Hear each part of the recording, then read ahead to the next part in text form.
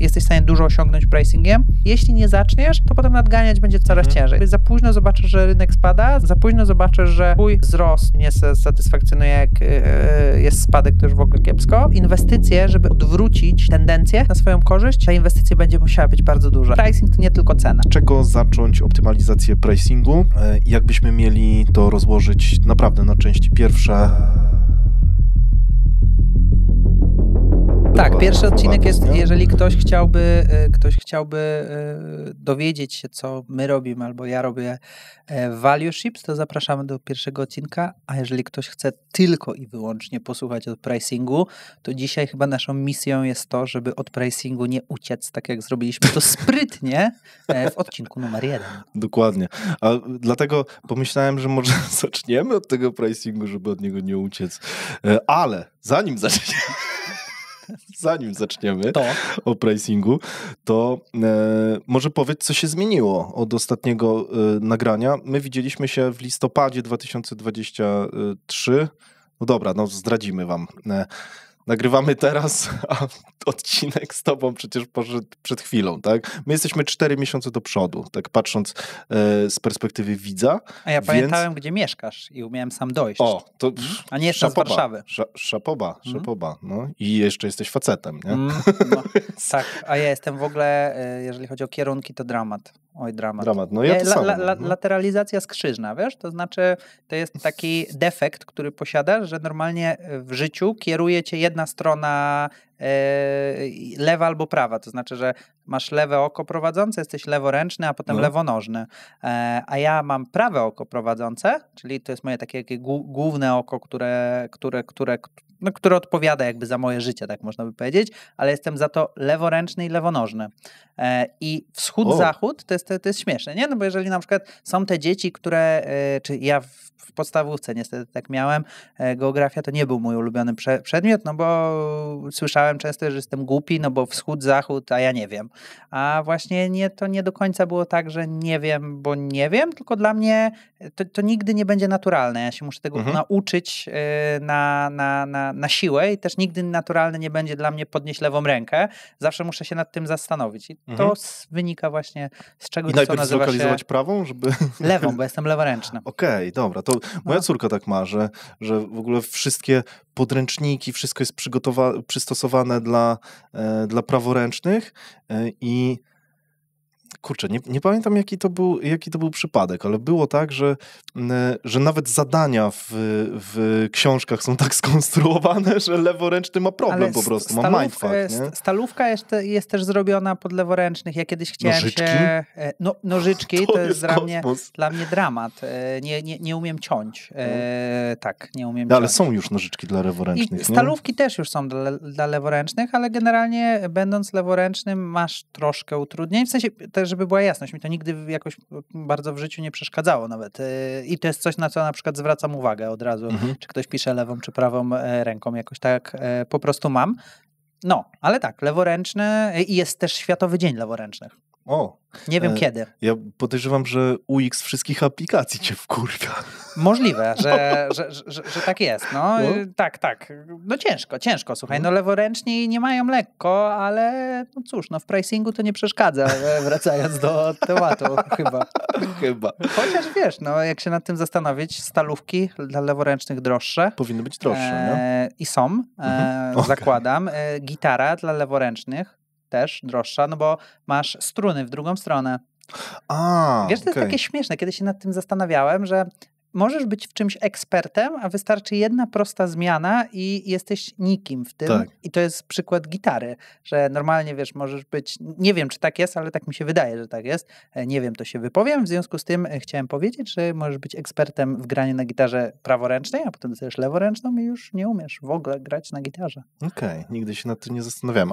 A nie lepiej po prostu jak leworęczny nauczy się grać na gitarze, nie chcę powiedzieć tej normalnej. Przyjmuję to jako komplement wątpliwy komplement.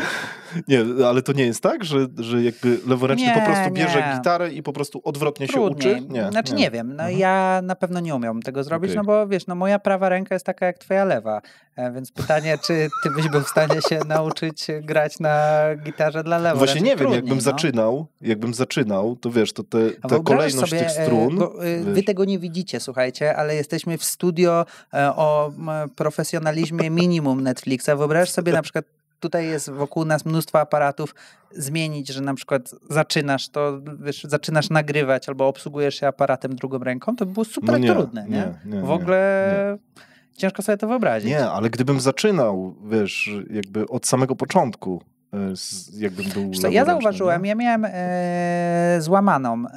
złamaną prawą i miałem złamaną lewą. W sensie miałem przez jakiś czas swojego życia nieruchomą jedną rękę, potem drugą i wtedy to było dla mnie bardzo ciekawe, że jako leworęczna osoba w moim wieku najczęściej jest tak, że określasz siebie trochę jako dwuręczna osoba, no bo w pewnym etapie twojego życia byłeś przyzwyczajony do tego, żeby raczej wykorzystywać prawą rękę, chociaż naucz się pisać prawą ręką, no to jest naturalne.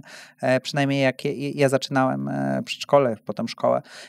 I zauważyłem potem, jakieś 2-3 lata temu, jak miałem uszkodzoną jedną rękę, potem drugą, że u mnie lewa ręka jest odpowiedzialna za wszystkie rzeczy siłowe, czyli nie wiem, odkręcam wodę, takie jakieś rzeczy, które wymagają większej siły, a na przykład precyzyjne rzeczy robię prawą ręką.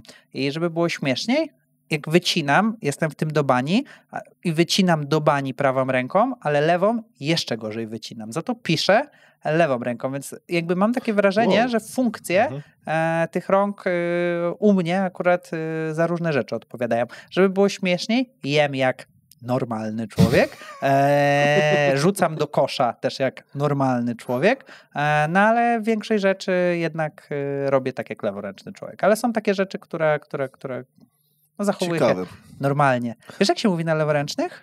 Mańkut? A wiesz, jak się brzydko mówi na leworęcznych? Nie. Kiedyś zostałem tak wyzwany na weselu, że jestem szmają. Słyszałem to określenie, tak. To brzmi naprawdę... Cenne określenie. Szmaja, tak, słyszałem to. No. Tak, szmaja. No, szmaja się mówi na osoby, które są leworęczne i to jest inwektyw, czyli nieładne słowo. Wulgarne. Tak, no. Kiedyś się naprawiało szmaję. Tak? O. No, ale w sensie, że leworęcznie się naprawiało. No proszę. No. Mi co prawda rąk nikt nie wiązał, żeby mnie przerzucić na bycie praworęcznym. Żart. Nie, no tak naprawdę nikt mi nie wiązał tych rąk, ale tak, no. Ale mógłby. Ale mógłby. To jest groźba czy propozycja. Anyway, tak jest, że mi nie wiązał nikt rąk, ale wiem, słyszałem o takich rzeczach. Mam w rodzinie człowieka, który się zaczął jąkać przez to, że próbowali go przestawić. No. W sensie to był taki stres, ale i zostało mu, w sensie to jest tak, że... Różne rzeczy mu zostały. Nieważne. Czytaniem się jest ciekawe, bo ja na przykład zauważyłem u siebie, że jak mówię po angielsku i zbieram myśli, to mój mózg wypracował coś takiego, że się jąkam, żeby moje zdanie było płynne. Żeby wydłużyć. Tak, to jest mega ciekawe. Jak zobaczysz sobie w telewizji na przykład, jak to jest, polecam wszystkim, żeby ktoś, jak ma okazję spotkać kogoś, kto jest profesjonalnym mówcą, reporterem, żeby zobaczyć kunszt, jaki mają ci ludzie w mówieniu. To jest niesamowite i możesz w telewizji, jak już zdasz sobie z tego sprawę, to możesz sobie zaobserwować w telewizji, jakie techniki są, żeby właśnie mówić płynnie. I na przykład są ludzie, którzy wydłużają ostatnią końcówkę słowa, nie? Na przykład mówią, no chciałbym teraz powiedzieć bardzo płynnie. Nie? I ty masz to, wiesz, to dodatkowe pół sekundy, żeby zdanie nie było przerywane. Tak, właśnie, żeby nie mówić no, tak, jest... możemy wrzucić sobie, ja staram się z tym walczyć, za każde jakąś złotówkę mogę wrzucać. A jak nie powiem, to... Blikiem. tak, przyłożenie, tak. Spoko, dobry pomysł w ogóle. To znaczy, tak, mówić trzeba się nauczyć. To prawda. To jest jak każda inna umiejętność. Tak. I jest trudna. Dobra, Krzysztof. Czy my nagrywamy już? Niestety tak. Niestety. Przyjmę to jako kolejny komplement. Nie, pozdrawiamy osoby, które będą to cięły, więc... Tak, Hubert. Miło. To jest odgrywka. Wiemy za co. Dobra, Krzysztof, co się zmieniło, jak się ostatnio widzieliśmy? To w sumie niedawno się widzieliśmy, ale miałeś plany, mówiłeś o tym, że uderzacie z marketingiem do zagranicznych klientów? Może już coś się zdarzyło? Tak. Tak? Słuchaj, no generalnie wydarzyło się u nas bardzo dużo ciekawych rzeczy. Pricing okazuje się być funkcją bardzo globalną i o tyle jest fajny, że okazuje się, że bardzo podobne wyzwania stoją przed firmami tak naprawdę w całej Europie. Te polskie problemy, które my zidentyfikowaliśmy i na które umiemy odpowiadać, tak samo możemy tak naprawdę pomagać firmom zagranicznym. My od samego początku mieliśmy klientów zagranicznych, ale teraz robimy to w bardziej taki przemyślany sposób, żeby rzeczywiście skalować nasz biznes na zagranicę.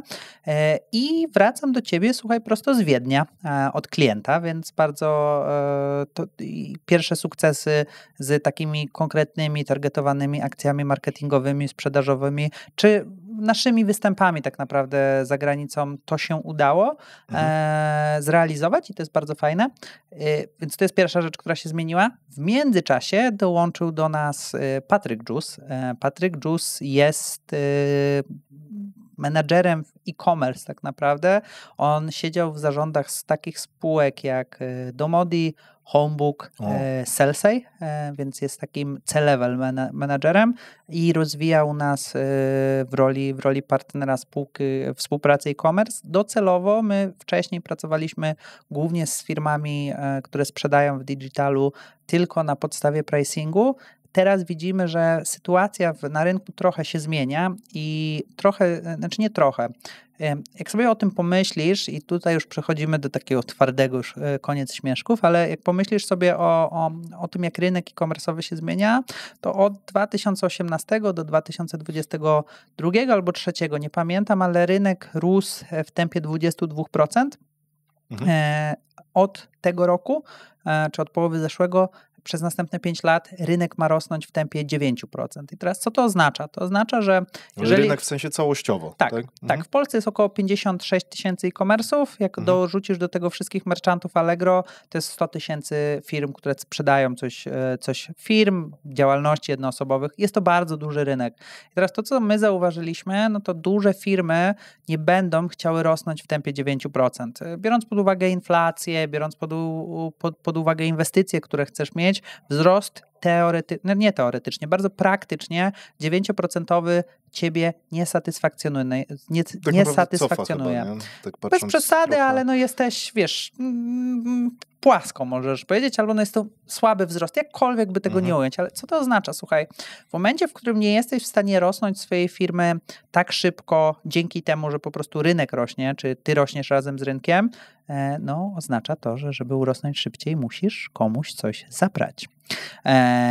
Czyli musisz, moja firma mnie za to nienawidzi, bo uważa, że jest to beznadziejne porównanie, ale ja użyję go na złość, bo wcześniej mówiłem, że tort rósł i rosłeś razem z tortem, a teraz, wiesz, masz swój kawałek tortu i żeby urosnąć ten tort, no to on nie urośnie, musisz komuś zabrać jego kawałek. Beznadziejne porównanie, no bo tort nie rośnie. Ja je bardzo lubię, ale może rzeczywiście... No, są torty, które rosną. No, dużo o tym, ale tak naprawdę wracając, wiesz, adrem, no to rzeczywiście musisz komuś coś zabrać. Teraz pricing jest tylko jedną funkcją, która sprawia, że ty możesz być bardziej konkurencyjny. No i tak naprawdę jak pomyślisz sobie o jakimkolwiek biznesie, to masz 3 dźwignie, które definiują te biznesy. To jest konwersja, marża, retencja. Pricing jest typowo funkcją marżową, może być również funkcją konwersyjną, no bo jak masz lepszy pricing, jak jesteś tańszy, no to masz lepszą konwersję. Niemniej jednak, jeżeli chodzi o konwersję, jest trochę inny, to jest wiele innych rzeczy, które możesz zrobić, żeby konwersję poprawić. No i retencje, programy lojalnościowe, Advanced Analytics, wszystko to, co powiększa cross-sell. To są również funkcje, żeby całościowo pomagać firmom e-commerce pod kątem rozwoju, a nie cięcia kosztów. To jest to, do czego my chcieliśmy dojść i mogę powiedzieć, że do tego doszliśmy. Tylko wtrącę twój cytat, dobra? A propos tego, bo później zapomnę, bo dokładnie to, o czym mówisz. Dobrze dobrana cena działa dobrze na dźwigni związanej z konwersją i na dźwigni związanej z marżą. Jakkolwiek to dziwnie nie brzmi, to jest twoje zdanie. Tak. I jest piękne. Dziękuję. Dziękuję. Oczywiście może działać, wiesz, horyzontalnie na retencję również, ale no docelowo jakbyś miał to jakkolwiek uszeregować, no to możesz powiedzieć, że przede wszystkim działa na marżę, potem na konwersję, na retencję, to zależy. No i teraz my oczywiście nie wchodzimy absolutnie w buty agencyjne, nie robimy performance'u i tak dalej, no ale my wierzymy, słuchaj, że jeśli chcesz być firmą, która wygrywa na rynku e-commerce i rzeczywiście jest w stanie zawalczyć o swoją konkurencję, zawalczyć ze swoją konkurencją, no to twoje value proposition musi być związane z jedną z tych dźwigni, czyli albo jesteś najtańszy, wiesz, codziennie niskie ceny, tak naprawdę nie musisz być najtańszy, ale wystarczy, że to komunikujesz i masz jakieś dowody. Wystarczy, że ludzie w to wierzą. Wystarczy, że wiesz, masło jest u ciebie najtańsze, tak? Czy się ten produkt, masło jest tutaj figurą retoryczną tak naprawdę, ale ten produkt, który jest bardzo widoczny i ludzie znają ciebie z tego produktu, tak? Nikt nie wie, ile kosztuje, mówię to po raz 75, nikt nie wie, ile kosztuje sos sojowy, wszyscy wiedzą, ile kosztuje woda i masło. I teraz to jest jedna rzecz, tak? Możesz być wokół ceny, twoje value proposition może być wokół ceny, może być wokół fantastycznej obsługi klienta, czyli zwroty 100 dni, dostawa następnego dnia, jak coś jest zepsute, to my wymienimy i tak dalej, i tak dalej, i tak dalej. No i jakby trzecią dźwignią, poza dźwignią cenową i poza dźwignią customer experience, no to może być szerokość twojego portfolio. Czyli że coś innego powiesz. Nie. Szerokość twojego portfolio, czyli my znajdziemy u ciebie wszystko. I jak my w ogóle do tego się przygotowywaliśmy? No, żeby w ogóle to zrobić i podejść do tego wyzwania, no to my sobie przeprowadziliśmy, poza tym, że Patryk jest razem teraz z nami i jakby ma mnóstwo swojej wiedzy, no to my uznaliśmy, że okej, no to zadzwońmy do Amazona, zadzwońmy do największych, znajdźmy ludzi, którzy tam pracują, którzy byli tam na wysokich stanowiskach i jakby stwórzmy framework, model działania wokół ich wiedzy. No i rzeczywiście, jak pomyślisz sobie o Amazonie albo Allegro, no to one mają wszystkie trzy te dźwignie, tak? Najszerszy portfel, czy portfolio, najlepsze customer experience i znajdziesz zawsze najlepszą cenę. Jakby nie najlepszy customer experience, powiem, że Allegro bije na łeb Amazona. Ale to w Polsce, nie? Ale tak. Na Amazon jakby still jakby tak. radzi sobie... Patrząc na świat, tak wszyscy się zachwycają UX-em jego, ale ja nie rozumiem szczerze, porównując do Allegro. Tak ale no, trzeba to, wiesz, jakby, ale trzeba im oddać to, co królewskie, czy jakkolwiek to powiemy, ale no rzeczywiście oni, te firmy największe mają te wszystkie trzy rzeczy, nie? Zalando i tak dalej. No ale jeżeli chcesz jakby pozostać na powierzchni, no to musisz być co najmniej musisz być najlepszy, twoje value proposition musi być skupione chociaż wokół jednej z tych trzech rzeczy. To nie znaczy, że jak masz najlepsze ceny, to twój customer experience może być tragiczny, ale to znaczy, że jak masz najlepsze ceny, no to wiesz, jak przyjdzie coś za 3 dni, to będzie, to jest okej, nie? Albo jak nie ma 100 dni, tylko 30 czy 15 dni, versus twoja konkurencja oczywiście, tak? To jest punkt referencyjny. No i teraz my posiadając dźwignię cenową, dodaliśmy do tego dźwignię value proposition, czyli zdefiniowania twojego value proposition, dobierania strategii konkurencyjnych, no i analityka, no bo tak naprawdę my możemy sobie mówić o tym w próżni, tak, że jesteś w czymś najlepszy, ale jeżeli nie masz analityki i KPI-ów dobrze postawionych za tym, żeby udowadniać, że jesteś w tym najlepszy, no to tak naprawdę bez jakiegoś dashboardu zarządczego, który jest w stanie to śledzić, nie jesteś w stanie mieć nad tym kontroli. Żeby podać ci przykład, jeśli twoja dźwignia jest wokół customer experience, no to i chcesz mieć na przykład dostawę w 3 dni, no to głównym twoim KPI-em, poza oczywiście marżą, jakby finansowe, tak, i jasne, to trzeba trackować, no ale wiesz, KPI-em, który powinieneś śledzić, to na przykład jaki procent twoich zamówień przyszedł w te 3 dni, tak, no i chcemy mieć 95%, tak, że przychodzi, tak, i tu jesteś w stanie udowadniać, że rzeczywiście żyjesz za obietnicą, którą jesteś, więc to jest jedna rzecz, która się zmieniła, ten e-commerce rzeczywiście poszedł do przodu, SaaSy zdecydowanie poszły do przodu i tutaj mocne, nadal Polska to jest core rynek, nadal uwielbiamy swoich polskich klientów, mnóstwo się z nimi uczymy, Polska jest, nie ma zupełnie się czego wstydzić, jeśli chodzi o rynek SaaSowy, może poza, nie wstydzić, no ale jest po prostu dużo mniejszy ten rynek. I trzecia rzecz, która się stała, to jest dość nowa rzecz. Powstała firma, która się nazywa Nostra by Value Ships. To jest firma, którą my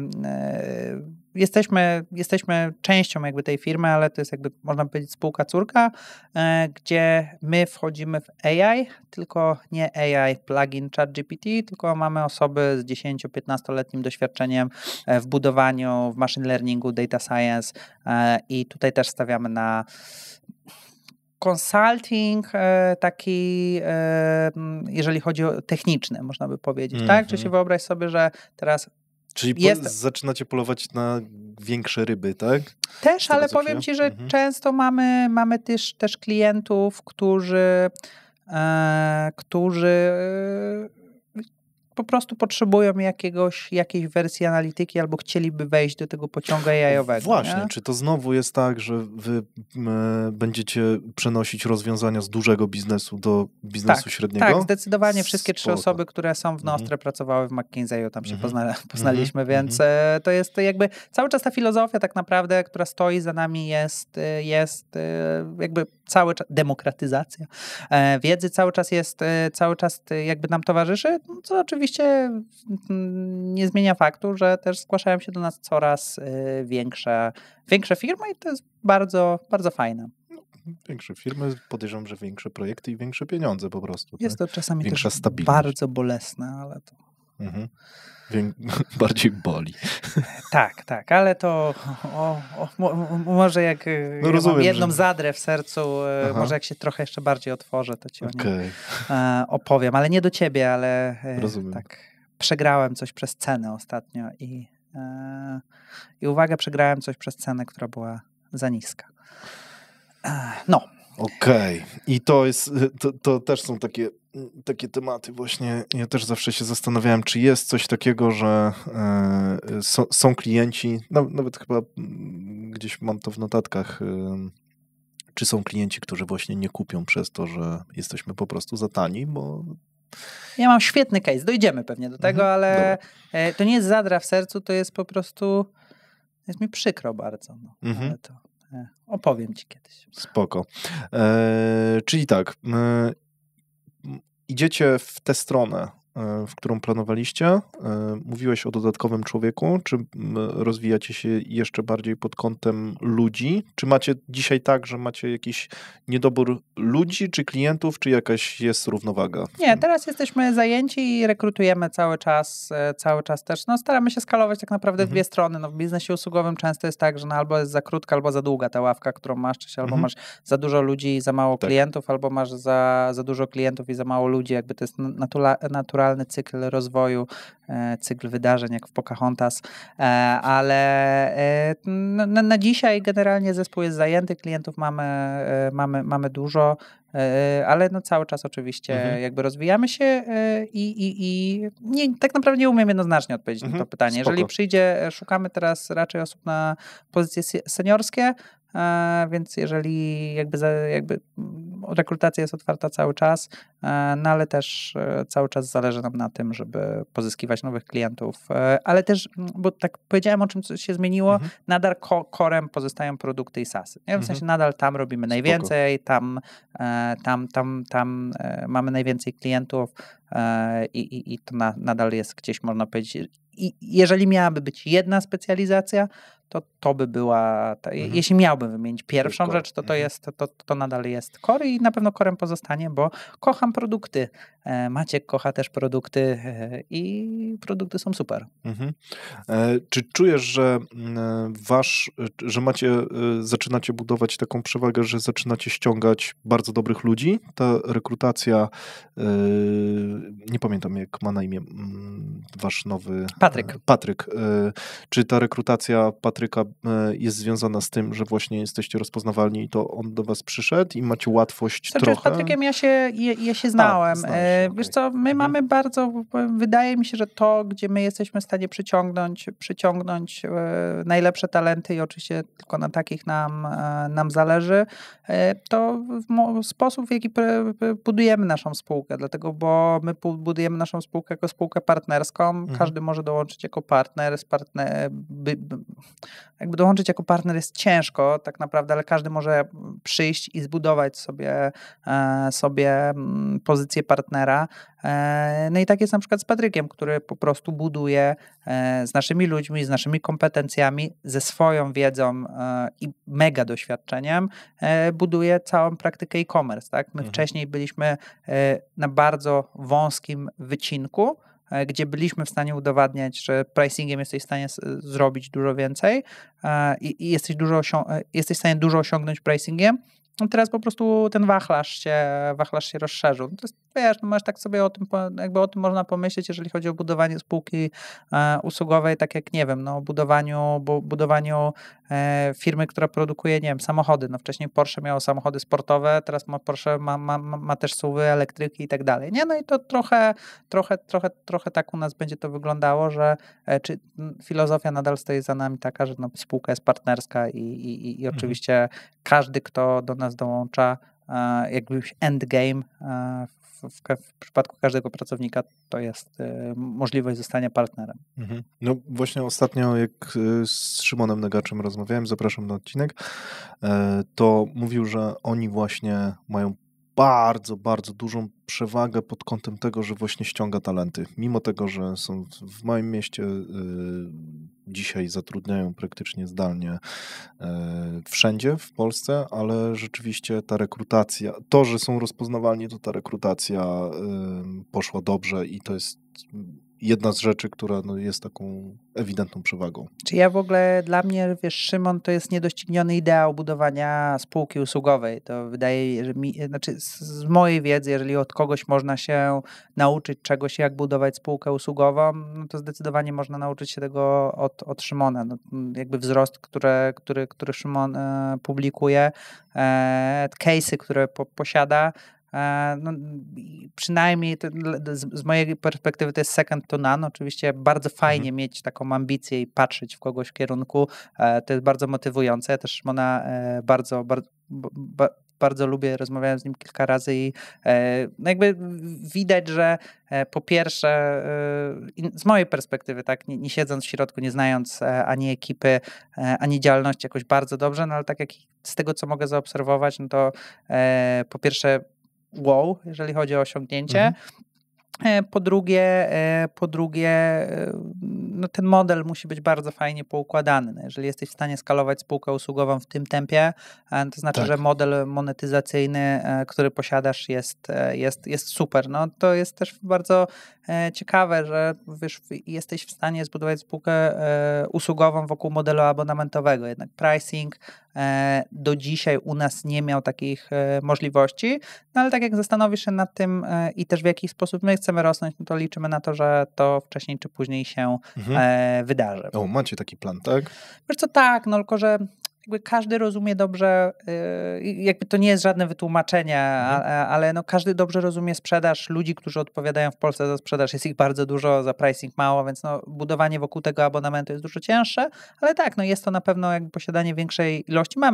Mamy trochę, dobrze nie, stałych współprac, bardziej strategicznych już niż tylko pricingowych, zaczynających się od pricingu, ale potem orbitujących wokół po prostu wzrostu wzrostu przychodowości biznesu przez różne inne dźwignie, które możesz wykorzystać. No ale tak, to na pewno jest długa droga przed nami.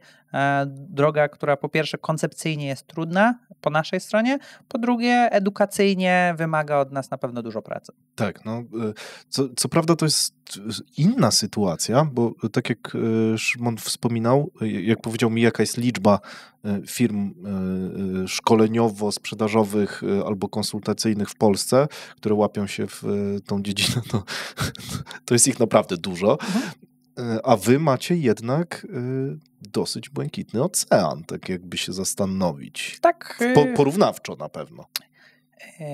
Let me challenge this. W sensie są firmy, które robią super roboty. Może innych nie widać. Nie, są firmy, które robią super roboty też na pewno, tylko że to jest raczej błękitne jezioro na razie, albo błękitny staw, tak? I jakby zakładając, wiesz, trochę jest pytanie akurat, nie wiem jak to jest w teorii błękitnego i czerwonego oceanu, no ale pytanie jest, czy lepiej być w czerwonym oceanie, czy w błękitnym stawie. Na 100% w błękitnym stawie, tak bym prawdopodobnie stamtąd wnioskował. Super, no w sensie może tak jest, tak? Tylko to chodzi też trochę o to, co jest główną strategią spółki, nie? No bo w czerwonym, tak jak ja bym miał to rozpracować jakoś, pewnie ktoś to zrobił dużo lepiej, ale jak ja bym miał teraz się nad tym na szybko zastanowić, no to w czerwonym oceanie musisz mieć najlepszy produkt i najlepszą dostawę tego produktu. I to wystarczy, bo masz wykształcony rynek. To jest super trudne oczywiście, nie? No tak, ale tak, no docelowo to jest twój, wiesz, to jest funkcja celu. W błękitnym stawie, czy jeziorze, czy czymkolwiek innym, czymś mniejszym niż ocean, to jakby twoją funkcją celu jest na początku powiększenie, czy wykopanie większego akwenu. Oczywiście musisz dostarczać, tak? No bo jeżeli pływasz w błękitnym stawie dziurawą łódką, to też utoniesz. Tak, no. Ale tutaj mamy porównania, ale tak, no to wiesz, trochę jest cykl też twojego życia i tego, na czym ci osobiście zależy. Czy jesteś szybciej w stanie zbudować większy akwen, czy super łódkę. Kurczę, w tym porównaniu... Dobra, może rzeczywiście przesadziłem, że 100% jest lepiej w tym błękitnym jeziorze. Znaczy, mi jest bardzo dobrze w nim, żeby była jasność. Ja to lubię, to jest moja pasja i uważam, że to jest super. Po prostu inne wyzwania stoją przed spółkami, które zajmują się usługowymi, które zajmują się marketingiem i sprzedażą. Inne przed tymi firmami, które zajmują się pricingiem, bo to też jest tak, że ocean istnieje, tylko ten pricingowy, tylko on jest zarezerwowany, czy może na nim się skupiają na razie firmy, do których my na dzisiaj pewnie się nie dostaniemy po prostu. Tak, i nie dostaniemy się nie dlatego, że nie umielibyśmy im pomóc. Myślę, że umielibyśmy im pomóc, tylko to też są trochę inne wyzwania. No, jeżeli siedzisz, ja pamiętam swoje projekty u większych klientów i wiesz, no tam stafujesz czyli jakby dedykujesz zasoby na stworzenie takiego projektu w postaci, nie wiem, 8 osób na cały etat przez 6 miesięcy, tak? Oczywiście dla nas jest to możliwe, ale jest to bardzo duży wysiłek organizacyjny. Tak, i nie wiadomo, czy to jest dobry kierunek, nie? Tak patrząc. Wszystko rozbija się o cenę. Tak, jak zawsze. Jak w pricingu. Dobra, Krzysztof, ja mam taki, nie wiem, 4 worki różnych pomysłów, jak z ciebie wydobyć tą wiedzę frameworkową związaną z pricingiem. I tak przygotowując się do tej naszej rozmowy, stwierdziłem, że kurczę, ja chyba nie mam kompetencji, żeby z tobą rozmawiać o pricingu. No co ty? No, trochę tak. Więc pomyślałem, że może zaczniemy od trochę innej strony. Oczywiście przejdziemy przez te wszystkie mechanizmy, które przygotowałem, ale jakbym przyłożył ci pistolet do głowy i powiedział ci, masz 30 minut, od tego zależy twoje życie, na to, żeby ustalić mi pricing w spółce i masz do dyspozycji wszystko. W sensie ten człowiek, który by ci przyłożył ten pistolet, no nie ja oczywiście, miałby zbadanych, nie wiem, 50 klientów, miałby bardzo dużą wiedzę o swojej spółce i tak dalej, i miałbyś dostęp do wszystkich jakichś informacji. To jakie pytania po kolei byś mu zadawał, mając właśnie takie wewnętrzne przekonanie, że on może to wie. Wiesz co, to jest bardzo, tak naprawdę to pytanie aż nie jest tak trudne, jakby mogło się wydawać, bo jakbyśmy dla ciebie rozbili... To jest proste. To nie o to chodzi. Chodzi o to, że wiesz, jakbyśmy rozbili te 30 minut na czas, no to pierwsze pytanie, które trzeba by było zadać, to na czym ci zależy, bo pricing, no, trzeba o tym pamiętać, jest to funkcja strategiczna, tak? Jeżeli to jest ustaw mi cennik, żeby moja firma urosła jak najszybciej, to jest zupełnie inne pytanie versus ustaw mi pricing tak, żeby w kieszeni zostało mi jak najwięcej. Versus ustaw mi pricing tak, żeby pozyskał jak największą ilość rynku, bo to nie musi być związane z dochodami, które posiadasz. Fantastycznym przykładem jest tu BlaBlaCar, który był darmowy, a teraz jest płatny, tak? Jakby stał się dominującą firmą na rynku, no i dzięki temu mógł się zacząć monetyzować, więc tak naprawdę pierwsze pytanie to jest źle zadane, w sensie to jest dobrze zadane pytanie, ale wymaga pogłębienia, no bo pytanie, na czym najbardziej ci zależy. No tutaj wiesz, nie chcę... Czyli dokąd idziesz, tak? Tak. Nie chcę się tutaj otrzeć o banał, no ale wiesz, w 3 minuty ten problem dałoby się rozwiązać tak, że jakby policz swoje koszty, pomnóż je razy 3, wyjdź z tą ceną i obniżaj, jeżeli konwersja jest za niska. W 5 minut sprawdź, jaka jest twoja konkurencja. Zobacz, czy dostarczasz lepsze, czy gorsze rozwiązanie na job, który wykonuje twój produkt, czyli teoria jobs to be done. Zastanów się, czy robisz to lepiej, czy gorzej. Użyj frameworku jobs to be done. Zaraz możemy go rozwikłać. To jest mega ciekawe. Ostatnio trochę więcej w tym siedzę. Trzecia byłaby jakby mielibyśmy 10 minut, to popatrz na swoich klientów, zobacz na tych, którzy płacili więcej, popatrz na tych, którzy płacili mniej, zobacz, jakie jakby atrybuty były związane z tymi klientami, którzy płacili więcej, zobacz z tymi, jakie były związane, którzy płacili mniej, czy się, nie wiem, industry, w którym są, wielkość firmy, którą posiadają, czy się, nie wiem, jeżeli to są spółki IT powyżej 1000 osób, to cena razy 3, jeżeli to są spółki e-commerce'owe z 5 osobami, to cena podzielić przez 2 i wyznaczaj cenę w zależności od po prostu firmy, która się do ciebie zgłasza.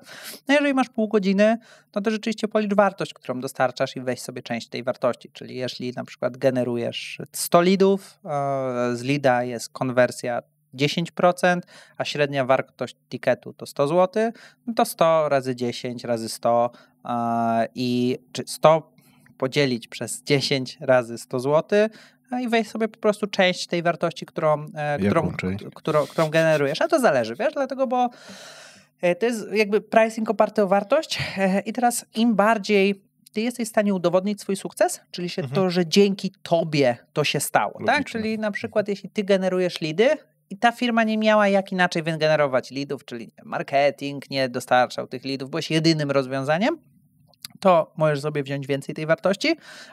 No i czy im lepiej jesteś w stanie to udowodnić, że to ty zrobiłeś, no i im jakby większy twój sukces, no tym więcej tej wartości możesz sobie wziąć. Nie? No i teraz takie docelowo, z tego co widziałem, to takie najlepsze firmy są w stanie wziąć 50% wartości tego, co generują. Typowo to jest jakieś 5 do 10, 20% to jest już taki pewnie nie najgorszy benchmark i to jest, wiesz, dokładnie to, co my robimy, tak? No i jakby uchylając trochę rąbka, nie wiem, czy już o tym mówiłem, no ale u nas sytuacja jest bardzo prosta, jeżeli chodzi o produkty, tak? Jeżeli zarabiasz 100 000 złotych miesięcznie, a moją obietnicą jest to, że podwyższę ci twoje dochody co najmniej o 10%, to ja chcę, żeby mój projekt spłacił się w 2 miesiące. Czyli, o tym mówiłeś, bo to jest wasza główna wartość. Tak, no i to jest value, nie?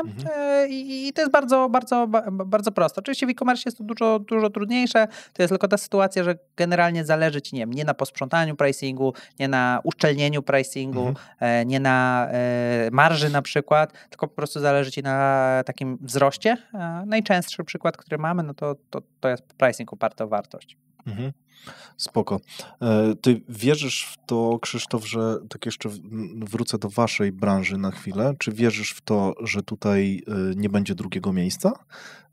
W sensie, że wy musicie zdominować tą branżę, żeby Krótka wstawka. Pewnie o tym nie myślałeś, ale ten kanał oglądają osoby podobne do ciebie. Kilkukrotnie właściciele dużych firm i mniejszych biznesów mówili mi, że są to jedyne lub jedne z niewielu treści na polskim YouTube, które konsumują. To grupa, do której bardzo ciężko dotrzeć. Dlatego, jeśli masz dla nich wartościowy produkt, napisz do mnie maila. Sam wiesz, że warto rozmawiać. To może być jedyna okazja. A jeśli uważasz, że nasze odcinki wyróżniają się jakością i czujesz, tak jak ja, że inwestując w marketing wideo zwiększasz szansę na zdominowanie swojej niszy, odezwij się. Osobiście pokażę Ci statystyki 2 kanałów, które stworzyliśmy od zera. Jeśli masz już swój kanał, możemy pomóc Ci robić to lepiej. Jeśli dopiero o nim myślisz, szybkie warsztaty i pierwsze materiały według naszej metodyki powiedzą, czy ta forma sprawdzi się u Ciebie. Kontakt masz w opisie, wracam gadać. Totalnie nie. Ja uważam, że my jesteśmy, akurat jeżeli chodzi o sam pricing i jako domenę, to ja bardzo bym chciał, żeby było więcej firm, które się tym zajmują. I z mojej perspektywy jest w Polsce kilka firm, które się tym zajmuje. Jest w Europie dużo ekspertów, które się tym zajmuje. Mało jest firm, które zdecydowały, takich jak my, które zdecydowały się tylko w tym specjalizować. Na rozwój. My się nie specjalizujemy już tylko w tym, ale to jest jakby rzeczywiście główna rzecz, na której się skupiamy. I mało jest firm, które zdecydowały się na to, w to pójść. Jest na przykład taki...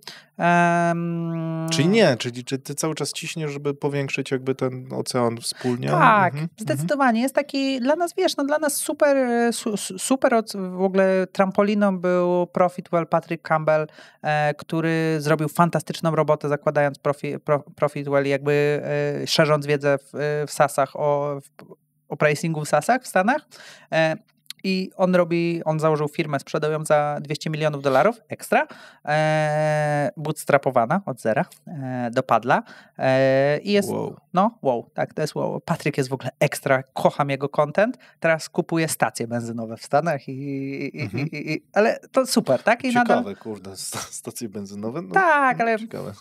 No w sumie ma tyle, może eksperymentować. Super facet, ja się z nim poznałem u Kingi Edwards na SaaStocku w Krakowie, potem się też widzieliśmy, wcześniej się widzieliśmy widzieliśmy, mój przyjaciel, poznałem go, tak?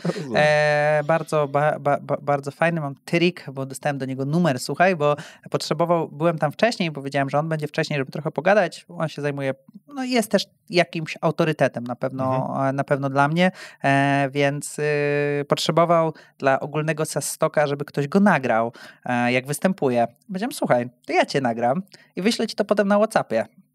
No i mam numer. Jakbym kiedykolwiek go użył, nie? Ale kiedyś do niego napisałem. Nie wiem, czy mi odpisał, nie pamiętam. To znaczy, że pewnie nie. Ale wiesz, to się zadziało w Stanach. W Europie jest dużo ekspertów. I to jest coś, co wiesz, my moglibyśmy, my moglibyśmy robić, czyli po prostu nie budować spółki, tylko wchodzić jako eksperci, robić warsztaty, krótkie projekty, bardziej strategiczne, mocniej koncepcyjne, a nie operacyjne. Czyli my robimy też wdrożenie i jest trochę tych, jakby pojawiają się eksperci i teraz gorąco mogę polecić, niestety nie będę używał nazwiska, bo bym je bardzo skrzywdził, ale jest taki Duńczyk, który ma na imię Urlik, jak wpiszesz sobie Urlik SaaS, czy Pricing SaaS, no to on to jest człowiek, który też ma 20-30 lat doświadczenia i robi fantastyczną robotę, jest też jakimś autorytetem na pewno dla nas w pricingu. To my jesteśmy o tyle inni, że wiesz, to nie jest, ja prowadzę warsztaty, uwielbiam to robić, też wracam z warsztatów, za tydzień prowadzę następne, takie bardziej koncepcyjne, ale jakby wiesz, filozofią jest nasza filozofia jest taka, żeby być z naszymi klientami do momentu wdrożenia tego pricingu, żeby widzieć, jak on się sprawdził, bo tak naprawdę tylko wtedy jesteś w stanie się nauczyć, co zadziałało, a co nie zadziałało, bo czasami działają rzeczy, które są, wiesz, kontrintuicyjne na przykład, nie? I jakby my musimy być do końca, to się nie zawsze udaje, czasami czasami, wiesz, są jakieś zmiany organizacyjne, czasami nie ma takiej potrzeby u klienta, czasami to się rozciąga, rozciąga w czasie. Jakby w konsultingu po prostu tak jest, że wiesz, 8 projektów wyjdzie super, jeden wyjdzie tak sobie, a w jednym na przykład coś się wysypało, na przykład u naszego klienta robiliśmy pricing, było ekstra, ale produkt upadł na 3 dni i było zarządzanie kryzysowe. To zdarzają się takie rzeczy, wiesz, projekt poszedł 74. priorytet, a potem badania, które zrealizowaliśmy pół roku wcześniej. Więc jakby problemy się trochę zmieniły. Ale to, do czego chciałem jakby nawiązać, no to odpowiadając na twoje pytanie, nie odbiegając jakoś za daleko, ja nie chcę w ogóle, to nie jest ambicja, żeby dominować rynek. Ja nie jest też ambicją, żeby na dzisiaj, żeby wiesz, być, nie wiem, człowiekiem, który, nie wiem, zarobił najwięcej na pricingu, bo bym chciał, jakbym wiedział, jak to zrobić, to może bym się nad tym zastanowił, ale wiesz, docelowo zamiast budować spółkę, można po prostu być ekspertem, soloprenerem, czy w naszym przypadku duoprenerem razem z Maćkiem, tak jak inni eksperci za granicą, którzy po prostu, wiesz, mają Urlik na przykład na swojej stronie, bierze za jeden dzień warsztatów pricingowych 25 000 euro. Oczywiście ja jestem far from it, tak? Jego koncepcyjne i myślenie strategiczne pewnie nie jest tak zaawansowane jak moje, no ale to nie chcę ani dominować, to w ogóle nie, to nie jest ambicją. Ja chcę mieć jak najwięcej case'ów na stronie z jak największym impactem, z jak największą liczbą referencji. Właśnie że ty czujesz, że największą wartością u was są dane, które rzeczywiście macie u siebie, zbieracie wiedzę i później jeszcze się nią dzielicie. Tak, więc... i to jest super, bo wiesz, ja kocham tak naprawdę, jeżeli chodzi o sam pricing, no to te relacje, które możesz wprowadzić między spółkami. No, na przykład zobacz sobie taki e-commerce, nie? Jakby kupujesz w e-commerce i tak, wchodzisz w produkt, 7 produktów pod spodem, które są ci polecane. Przechodzisz do koszyka, następne 5 produktów, które są ci polecane, płacisz za koszyk kolejne 3 polecenia, a potem jesteś w loyalty programie i dostajesz maile, nie? W SaaS-ie największa spółka, która jest odpowiedzialna za bramkę płatniczą tak naprawdę w SaaS-ie, nie ma funkcjonalności, która pozwala ci na cross-sell. Czyli jeżeli masz add-on, czyli coś dodatkowego poza swoim głównym produktem, to nie możesz go dorzucić już w koszyku. Come on, co jest grane w ogóle, wiesz, taki potencjał. Cross-sell działa, jest ci w stanie naprawdę powiększyć logarytmicznie twoje przychody, więc jest mnóstwo fajnych rzeczy, które możesz między sobą wziąć z jednej branży, próbować aplikować w drugiej, żeby coś się działo, żeby być trochę innowacyjnym, żeby próbować nowych rzeczy, bo zazwyczaj z tych nowych rzeczy jest największy zwrot z inwestycji.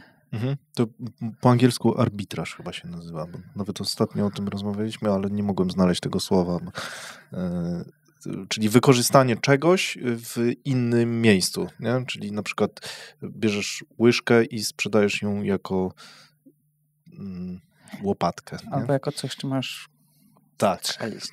Na przykład. Nie wiedziałem, że arbitraż ma takie znaczenie, ale... Tak, właśnie ja też. Bo w ogóle... Kojarzy się z arbitrem, ocenianiem czegoś, dokładnie, nie? A ma 2 znaczenia tak naprawdę i arbitraż to jest takie znane słowo z tego, co wiem w funduszach, ale takich, które już hedgingowych inwestują sobie funduszy, że a gdzie tutaj jest arbitraż, nie? Zawsze jest taki, tak słyszałem, nie? Od światłych ludzi, nie? Którzy się na tym znają. Dobra, to od czego zacząć optymalizację pricingu? Jakbyśmy mieli to rozłożyć naprawdę na części pierwsze, mówiłeś o tym, że najpierw trzeba się zastanowić, dokąd idziemy, tak? Tak. Wydaje mi się, bo tak, jakby chciałbym trochę nawiązać do tego, o czym mówiliśmy przy naszym pierwszym spotkaniu. Jakby pricing to nie tylko cena i cena jest pewnie, tak jak mówiłem, pewnie cały czas jakby za tym stoję, że ona jest najmniej istotna. Jakby musisz zdefiniować sobie cel, sorry za wysokopoziomowe, trochę coachingowe tak naprawdę, coachingowy taki bon mot można by powiedzieć, ale jakby cel jest ważny. Start with why. Simon Sinek zacznij od dlaczego, ale tak naprawdę to... Simon Sinek podobno bierze $100,000 za dzień, w którym robi ci w firmie jakieś taki wystąpienie? Bo wystąpienie po prostu. Po prostu. W sensie nie robisz warsztatu. Lady Gaga bierze za koce. A propos pricingu, ale z tego, co mi się wydaje, jak widziałem kilka wywiadów, to on chyba ma taką zaporową cenę, bo on nie chce tego robić, a nie Możliwe. dlatego, że chce na tym zarabiać. Możliwe. No, ale pewnie Tak jest jego cel. marże są gdzie indziej. A jak kogoś stać, to zapraszam. Tak. Ale tak, no pierwsza rzecz to rzeczywiście, ja może bym to pewnie dołożył z mojego doświadczenia, to co widziałem, to pricing jest trochę jak garnitur, może być uszyty na miarę. Nie? No i rzeczywiście jak zaczynasz od samego początku, no to tu ten cel jest dla ciebie bardzo istotny, tak? No bo często mam takie rozmowy, że klienci zastanawiają się, czy po tym jak słuchają o pricingu, to mieli taki pomysł, że produkt będzie na początku za darmo, no a potem się zastanowimy nad monetyzacją. I tu jest jakby na samym początku twojej ścieżki warto sobie zdefiniować, w jaki sposób ty będziesz się monetyzował, tak? Załóżmy, że masz jakąś platformę, gdzie chciałbyś, nie wiem, wystawiać jakieś oferty, czy cokolwiek innego, tak? Możesz mieć bramkę płatniczą za korzystanie z platformy, możesz się monetyzować za pomocą reklam, to może być w ogóle darmowe. Jeżeli zależy ci na tym, masz długi runway, nie chcesz od samego początku, jakby cena nie jest najważniejsza, to tak naprawdę musisz zadać sobie jedno bardzo ważne pytanie, czy to, że to nie jest za darmo, ci nie zaszkodzi, tak? No bo to się może rzeczywiście wydarzyć, ale jeżeli chcesz w jakiś sposób zaistnieć na rynku i chcesz stworzyć za dobrą ofertę, żeby ona była odrzucona, no to na samym początku pewnie to pytanie strategiczne jest bardzo ważne, czy w ogóle chcesz się monetyzować. Ja zawsze zachęcam, uważam, że jest bardzo mało przypadków, gdzie postawienie ceny albo jakakolwiek możliwa monetyzacja jest błędem. Jest dużo więcej według mnie przypadków, gdzie brak jakiejkolwiek monetyzacji jest błędem, dlatego, bo często jest tak, i wracamy do tego, o czym mówiliśmy przed chwilą, że kurczę, jeżeli to ma mi dać tyle wartości, jeżeli wypracowaliśmy tyle marketingu wokół tego, jeżeli to jest tak skomplikowane, to jest za darmo? Serio? W sensie i to jest... Plus jeszcze ściągasz pewnie nie tych klientów, co trzeba. Tak, nie? no i oczywiście, no to możemy, wiesz, jakby deliberować na ten temat kilka faktów. Klienci, którzy przychodzą za darmo, mają dużo większą szansę na to, że odejdą. Jest to duża szansa na to, że to są klienci, którzy wykonali zakup albo wejście do tej platformy impulsywnie, więc dadzą ci dane, na których nie powinieneś się opierać, w jaki sposób korzystają z tych narzędzi. Klienci, którzy są przecenieni, są bardzo mocno wrażliwi cenowo i nie szukają najlepszego rozwiązania, tylko najtańszego rozwiązania. Pamiętaj o tym, że jakby myśląc o jobs to be done też jest gro klientów, które szuka gorszego rozwiązania za mniej pieniędzy. I to jest okej. Nie? W sensie fair enough. No, możesz, jakby tak nie było, no to wszyscy by chodzili w ciuchach marek premium albo jakby, wiesz, szyli sobie... Albo najlepszy. Albo najlepszy. Good. Piękny, jak to się mówi? Nie pushback, tylko zwrotka. Bardzo, ale no tak. Mam swoje momenty. Tak. No. Ale więc na samym początku jakby musisz się zastanowić, ten cel jest bardzo ważny, bo potem jak rośniesz, no to cele już masz trochę więcej tych celów, nie? W sensie, no bo jak już jesteś trochę większy, no to masz jakiś pewnie główny przyświecający cel albo wyzwanie, które u ciebie się pojawia, czyli nie wiem, trochę za mało kasy zostaje, albo trochę wzrost nam się wypłaszczył, chcemy jak najwięcej jakby przyspieszyć ten wzrost za pomocą liczby klientów, więc tamten pricing już musi spełniać trochę, może mieć jedną swoją główną funkcję, ale może też spełniać jakby docelowo trochę więcej tych funkcji. No i potem wiesz, no im bardziej rośniesz, no te rzeczy się trochę bardziej komplikują, te pricingi muszą być bardziej uniwersalne, to jest ciekawe, bo z naszego researchu na przykład, to mogę ci jakby, nawet nie rąbka tajemnicy, to jest w raporcie, który stworzyliśmy, ale jakby ujawnić, że firmy SaaS-owe na przykład w Niemczech, które są największe, inaczej, mają najwięcej ludzi, mają najtańsze produkty. Średnia ich cena jest po prostu najtańsza, jest tam od 1 do 10 dolców, nie?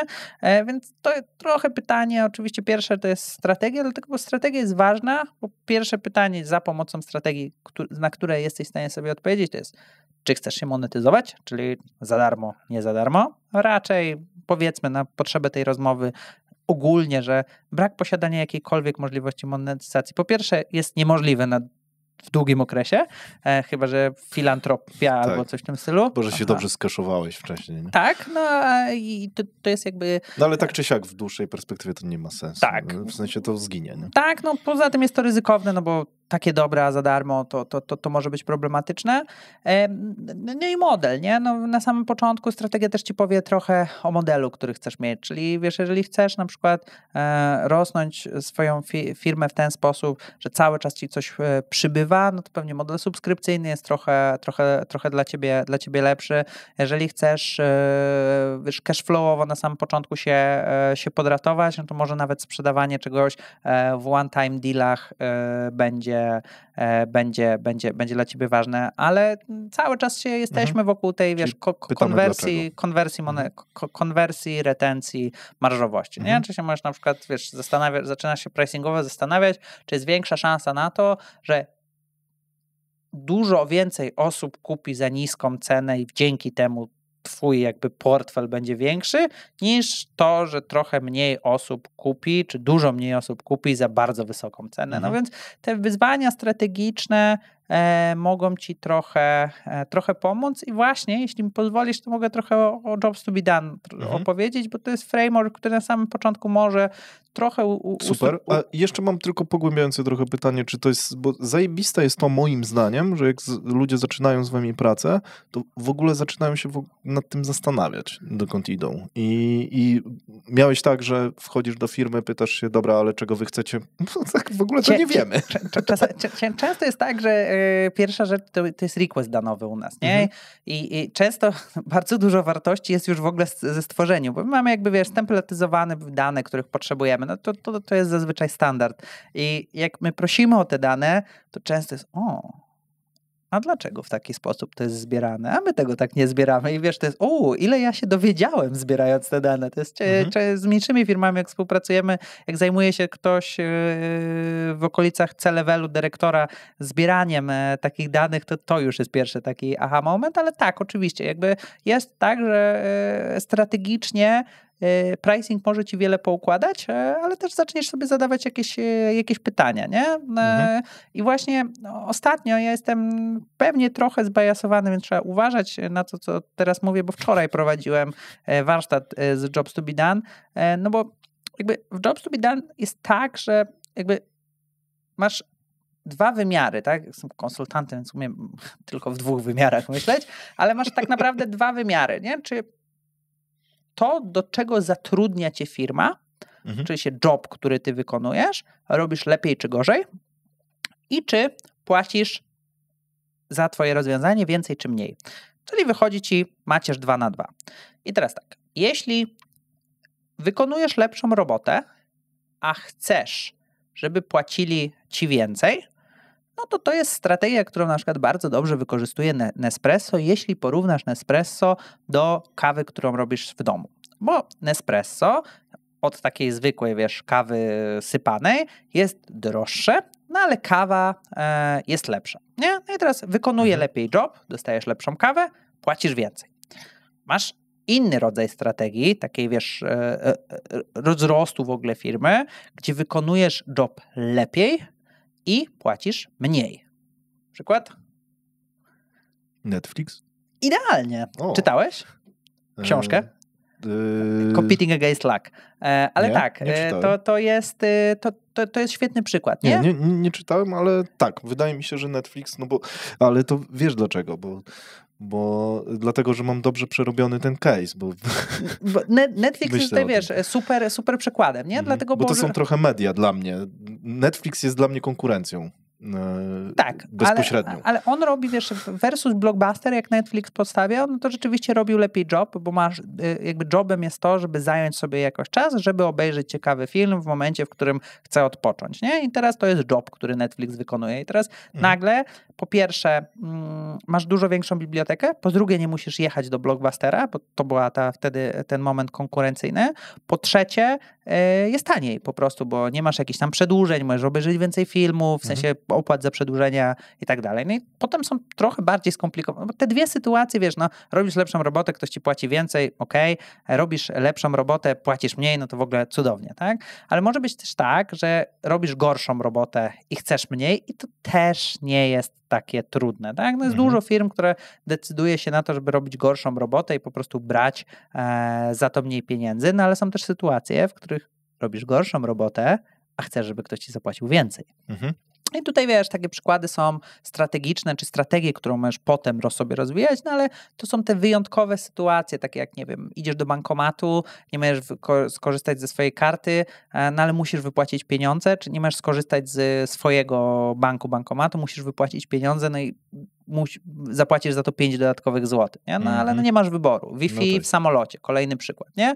Jakby beznadziejne Wi-Fi, drogie strasznie, no ale no nie masz wyboru, więc wiesz, jeżeli ktoś szuka w ogóle na samym początku miejsca, w którym się znajduje i jaką strategię, czy na jakie firmy sobie popatrzeć, jak one rosły pod kątem pricingu i też jakości produktu, które masz, to jest rozłożenie tej macierzy i zastanowienie się tak naprawdę, czy robię lepszą, czy gorszą robotę pod kątem do tego, do czego zostałem zatrudniony, mój serwis albo mój produkt został zatrudniony, to jest pricingowo bardzo mądra, jakby ciekawa metoda i też patrzenie pod kątem pricingu na swoją konkurencję w ramach jobu, który ty wykonujesz, tak? Czyli się jakby w koncepcji jobs to be done, twój produkt, twoja usługa została zatrudniona do tego, żeby poczynić jakiś progres, tak? I teraz to jest bardzo fajne, pewnie o tym mówiłem, ale na naszym przykładzie,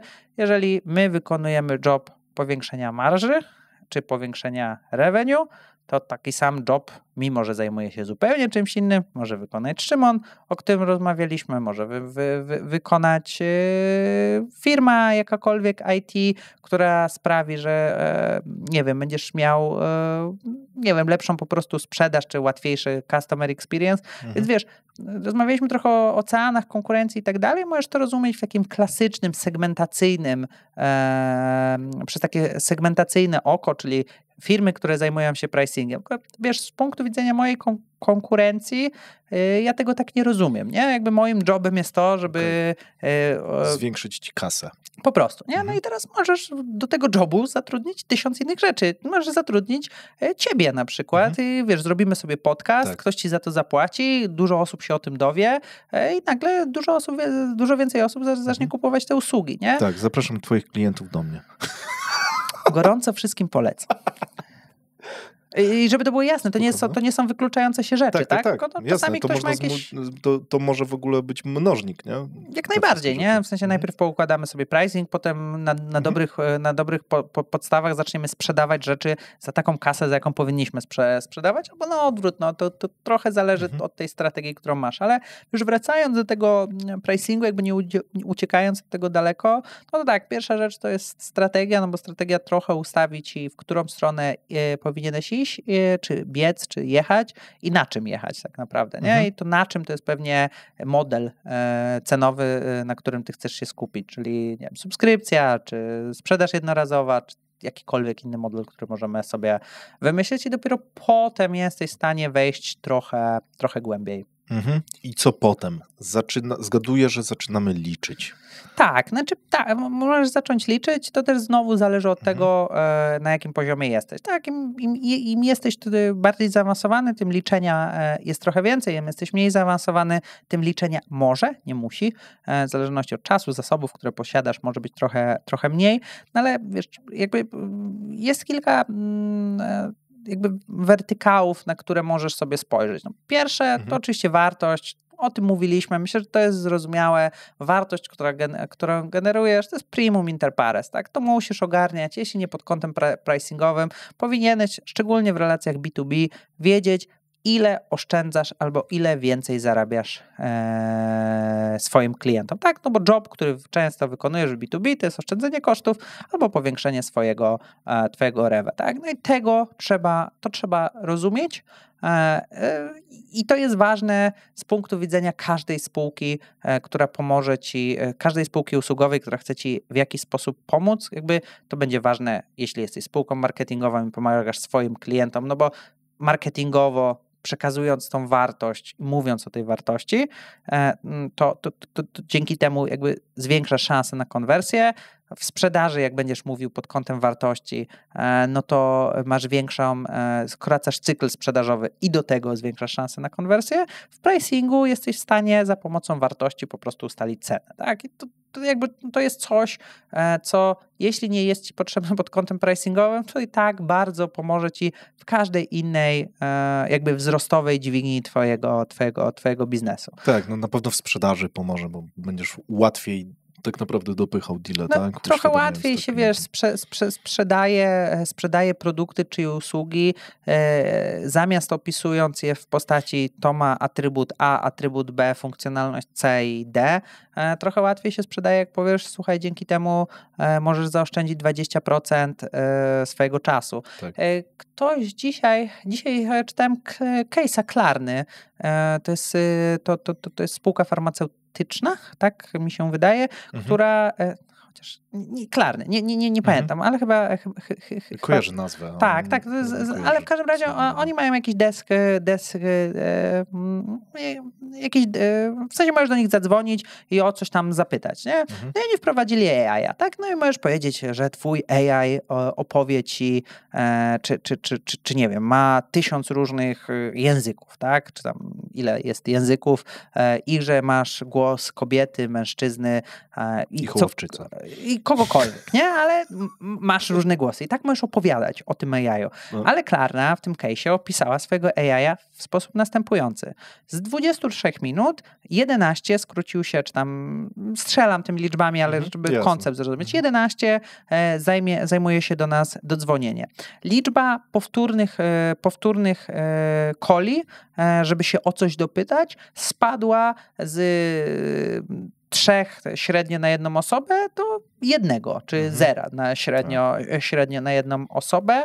Zaoszczędziliśmy dzięki temu XYZ, czy mogliśmy przenieść nasze zasoby na inne rzeczy, tak? I wiesz, nie chcę też wokół jakichś takich zgranych płyt się obracać, no ale money talks, nie? No i to jest ta wartość, o której mówimy. Akurat dzisiaj tego case'a na LinkedInie zobaczyłem i wydaje mi się, że to jest bardzo, no to jest jasne, tak? Myślę, że wartość to jest coś, co się podobnie powtarza. w YouTubie przy B2B można bardzo dużo tutaj różnych rzeczy wymienić. Przykładowo nie to, że będziesz miał większą ekspozycję na klientów, ale na przykład właśnie zmniejszysz czas swoich ekspertów na tłumaczenie klientom rzeczy X, bo masz już to nagrane i kierujesz jesteś w stanie na wtedy, swój film. Wytłumaczyć nie? cenę. To jest cenę, nie? No to ile taki ekspert u mnie zarabia? O, tyle. No to ile zarabia na godzinę? No 200 zł. O, a YouTube kosztuje tylko 70, nie? Super. Let's do it, nie? Jakby dużo łatwiejsza matematyka. Czy jesteś B2B, czy to jest Enterprise, czy SMB, jakby wartość to jest coś, o czym warto pamiętać i każdego naprawdę zachęcam, żeby nawet na jakichś takich, oczywiście, im to jest dokładniejsze, im bardziej możesz użyć swoich case'ów, im mniej to jest oparte na researchu zewnętrznym, a na tym, nad czym ty na dzisiaj pracujesz i możesz to udowodnić za pomocą wdrożenia swoich klientów, tym lepiej. Ale jak jesteś na samym początku swojej drogi, zrób sobie research, zobacz jak na przykład podobne rozwiązania, o ile oszczędzają czas, zrób jakąś estymację, to pozwala chociaż poruszać się w granicach tego, jaką tą wartość ty możesz wygenerować. To jest jakby jedna z rzeczy. Właśnie o to trochę miałem też pytać, jak głęboko wchodzić, nie? No bo znam ludzi, którzy są zboczeni na punkcie liczb i nie rzucając nazwiskami. Powiedz. Jakub, nieważne.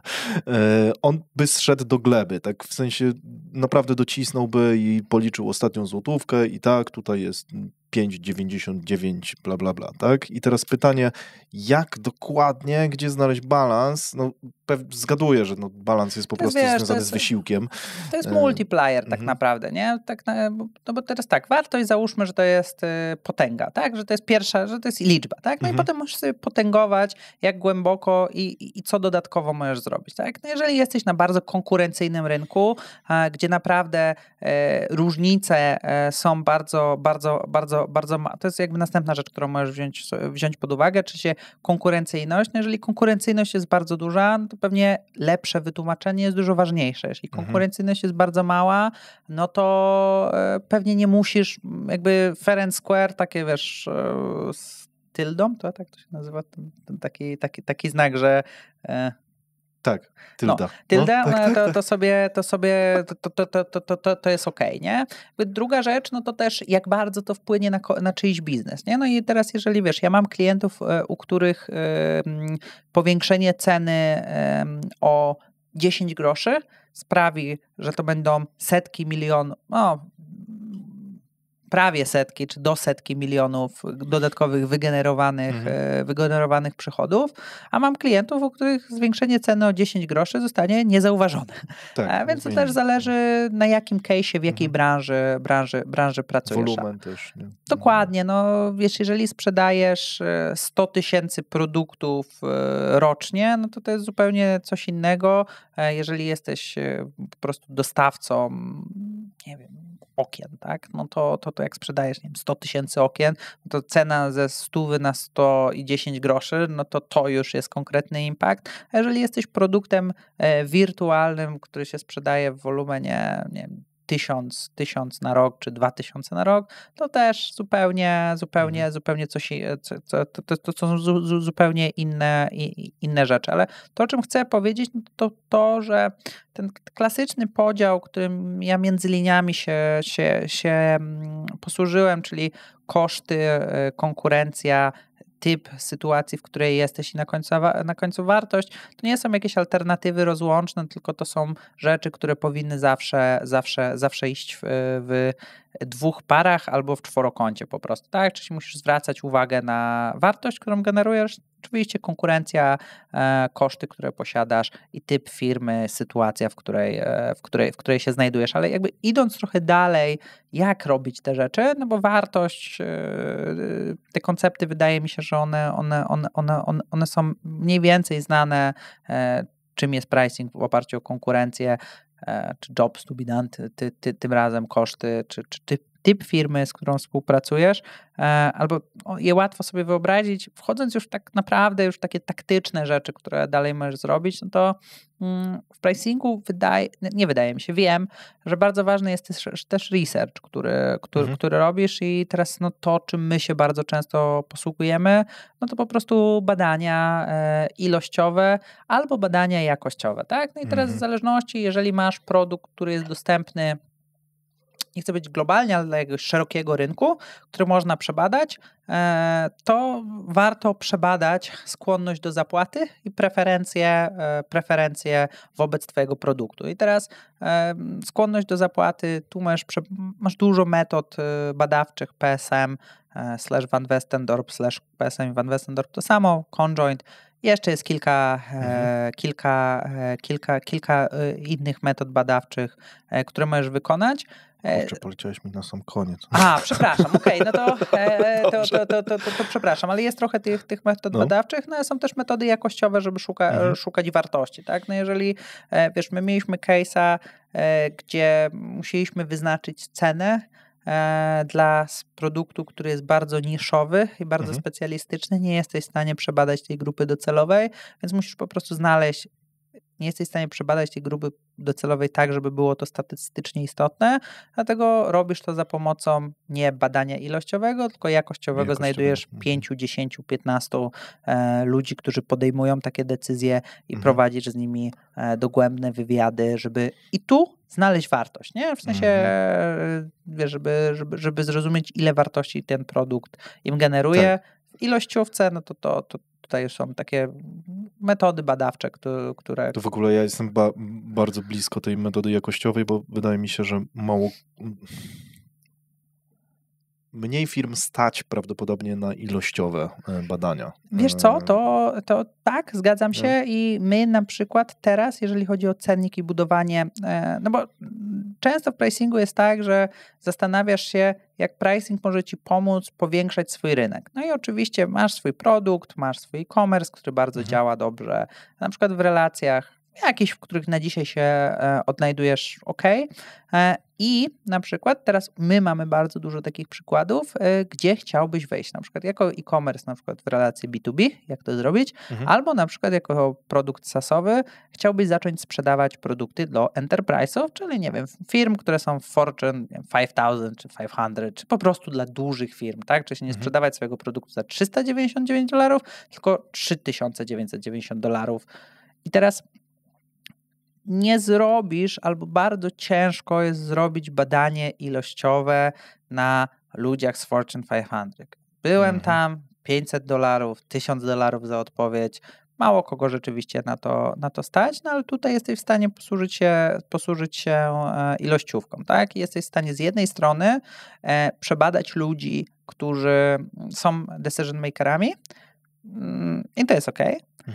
Ale to, co jest jeszcze fajne, to jesteś w stanie znaleźć ludzi, którzy zrobili już takie rzeczy i którzy umieją już to robić. I teraz umiejętność znalezienia tych ludzi, poprowadzenia z nimi dobrego wywiadu, to jest coś, co duże firmy konsultingowe wykorzystują bardzo, bardzo często i to jest, wiesz, expert interview i my też z tego korzystamy. Nie? Czyli... Spoko, czyli znajdujesz quasi klienta i z nim rozmawiasz, tak? Tak, albo dobrze, tak. Quasi klienta, albo na przykład, wiesz, no wyobraź kogoś, sobie, kto zna tą grupę. No wyobraź sobie, że chcesz założyć, nie wiem, marketplace i po prostu nowy i znajdziesz kogoś sobie po prostu z Amazona, kto pracował tam 15 lat, zadzwonisz do niego i z nim pogadasz. Oczywiście zapłacisz mu za to dużo, albo wiesz, no masz... Nieporównywalnie mniej niż kosztowałyby cię badania. A możesz z tego wyciągnąć bardzo dużo. I to na przykład działa dla nas dużo lepiej niż, wiesz, jakikolwiek tajemniczy klient albo takie rzeczy.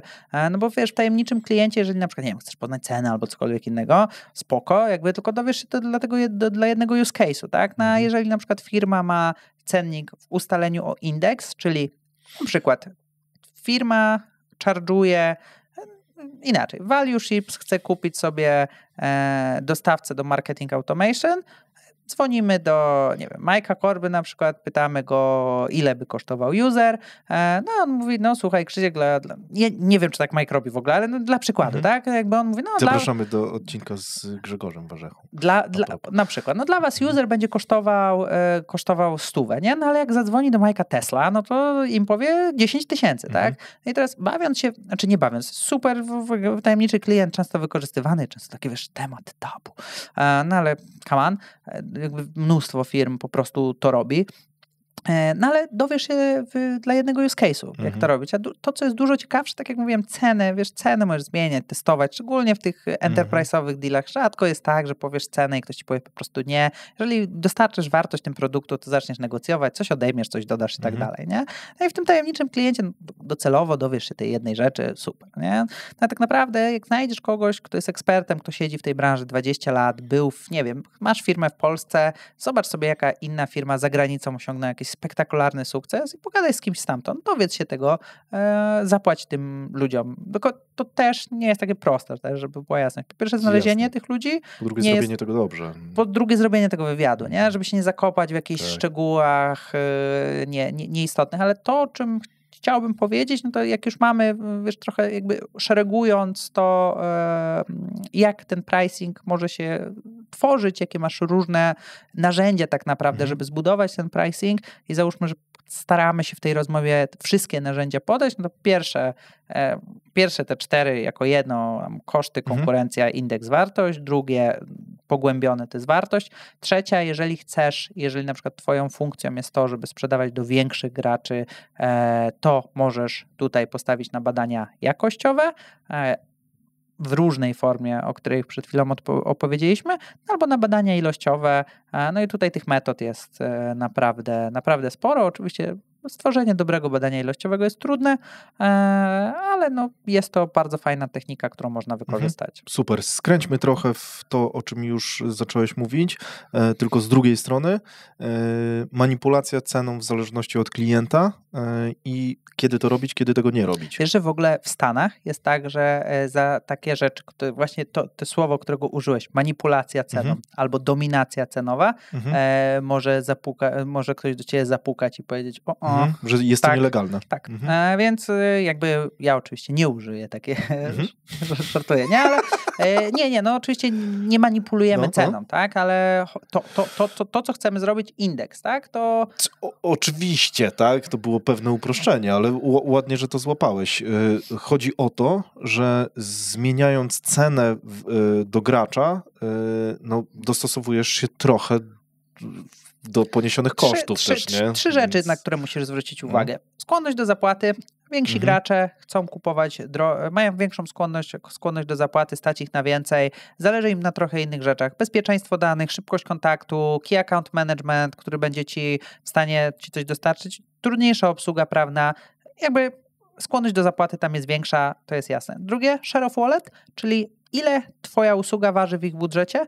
No i oczywiście im mniej waży twoja usługa w tym budżecie, no to możesz troszkę tą cenę dostosować. No i koszty, które musisz ponieść. To jest trochę spójne z tym pierwszym punktem, który powiedziałem, no ale wiesz, to ja widzę już u siebie i pewnie każdy przedsiębiorca to może zauważyć.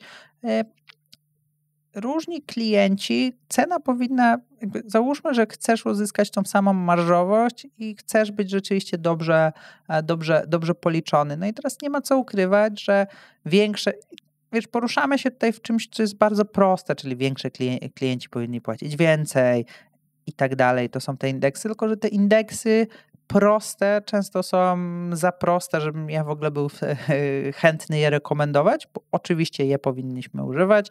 Byłem w tej sytuacji, że wiesz, cała firma siedziała, software sprzedawany za $150, zgłosiła się duża firma, przez 2 dni siedziała, został sprzedany za $3000 i wtedy ten duży gracz odpisał okej. 3000 jest ok. No i wtedy wszyscy zamiast się cieszyć są smutni, no bo jak powiedział ok, to pewnie jakby dali $30,000, to też by mogło być ok. I oczywiście to są błędy, czy wyzwania, na które musisz dobrze sobie odpowiedzieć. Ważne jest to też, że jeżeli grasz z dużymi graczami, to za niska cena może być problemem. O tym chętnie opowiem za chwilę, ale są i inne rzeczy, które są ważne. Po pierwsze, tempo, w którym możesz sobie tutaj trzy typy danych pozbierać, żeby tą cenę trochę lepiej wyznaczać. Po pierwsze, kim jest ta firma, jak jest duża, z jakiej branży pochodzi. Jeśli branża jest bardziej dochodowa, to najprawdopodobniej ma większy portfel, jeśli jest mniej marżowa, tak? Jeżeli jest mniej marżowa, to pewnie ma mniejszy portfel. Druga rzecz, sytuacja, w którym ta firma się znajduje. Jeśli chcesz coś na jutro, to najprawdopodobniej budżet nie jest problemem. Jeśli chcesz coś na za 2 tygodnie, to budżet może być problemem. Tak samo, jeżeli chodzi o tą sytuację, stakeholder, jeśli się zgłasza do ciebie CEO, to pewnie jego skłonność do zapłaty jest zupełnie inna, jeżeli zgłasza się do ciebie ktokolwiek, kto jest na C-1, C-2, C-3, czyli się ilość stopni do raportowania do CEO, tak? To -1, -2. I trzecia rzecz, wartość, której oczekujesz. Dlaczego te 3 rzeczy są ważne, czy wartość, której od ciebie oczekują. I możesz powiedzieć 4. rzecz, problematyczność, to jest coś, co jest ciekawe. Jeśli przed dobiciem deala jest 72 pytania do umowy, którą podpisujesz, to jest bardzo duża szansa, że 100 godzin, czy nie wiem, jedna dobra wysyłka, jeśli jesteś w e-commerce, czy cokolwiek innego, które sobie zadedykowałeś jako koszt projektu, to nie będzie 100 godzin, tylko 250 godzin.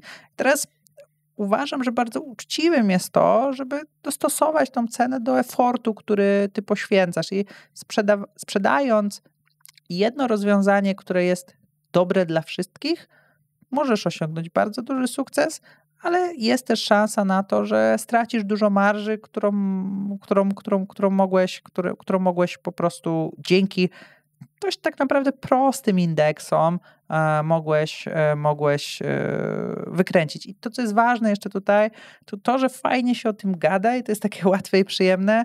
Tutaj akurat dużo trudniejsza jest operacjonalizacja, czyli to, tak jak sobie gadamy w firmie i ktoś sobie tak w firmie gada, to jakby ja dzięki temu mam pracę, że to, że o tym ludzie tylko gadają, to często jest tak, że nie ma jasnych zasad, w jaki sposób to wprowadzać. Dlatego się pojawiają takie duże rozstrzały cenowe między produktami, dlatego często dużo za tanio, za mocno rabatujemy produkty, bo nie ma spisanych jasnych reguł, w jaki sposób to robić i jasnej drogi eskalacji, co jeśli się pojawia case niestandardowy. Bo jeśli na przykład zgłasza się do nas duża firma z bardzo marżowych usług, chce coś na jutro i dzwoni do nas prezes, my dajemy tą dużą cenę, a wtedy prezes mówi, oj nie, na tyle to nie mam, ja potrzebuję to 30% taniej, no to też okej, no spoko, to i tak będzie dla nas dobra kasa, ale do kogo się teraz zgłosić albo kto może podjąć tą decyzję?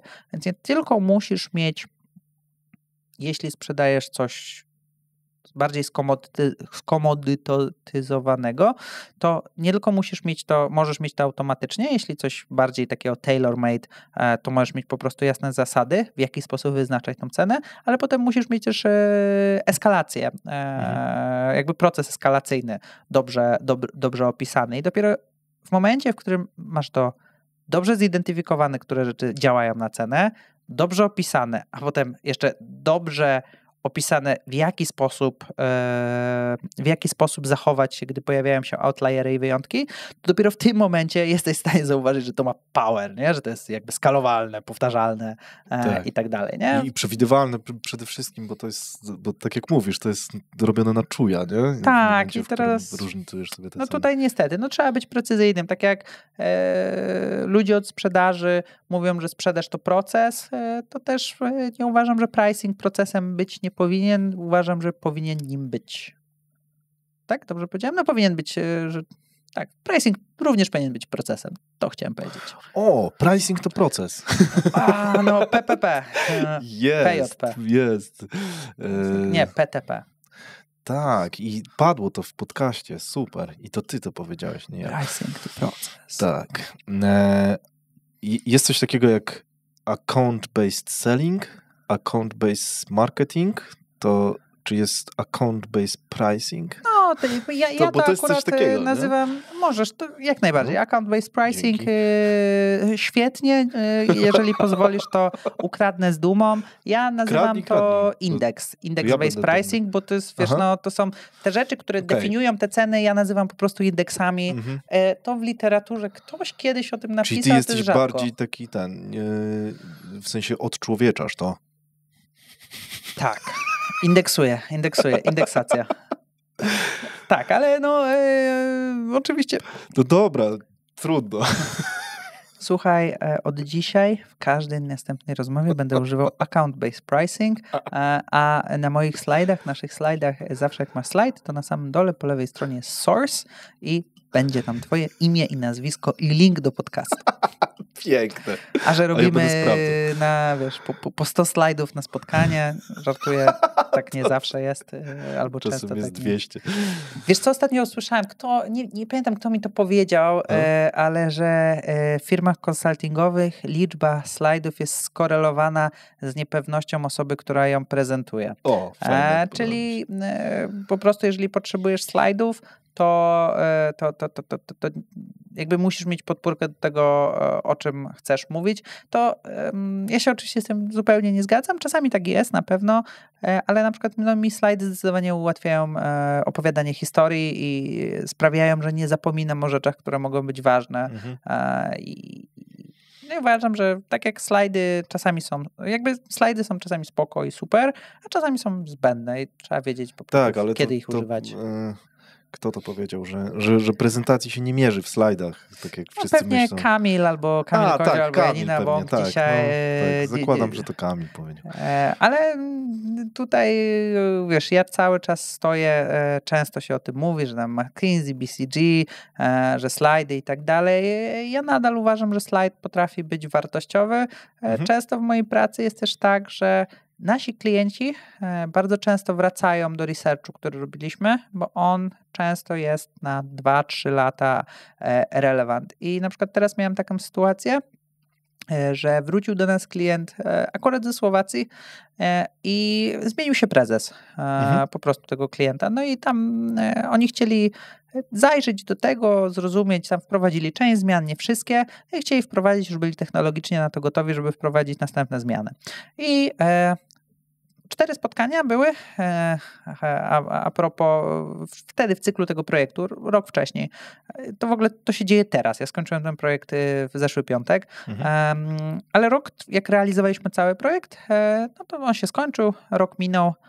2 tygodnie temu szybki sprint, zgłosił się klient i powiedział: słuchaj, super, wszystko co wtedy zostało przekazane jest dla mnie w pełni zrozumiałe.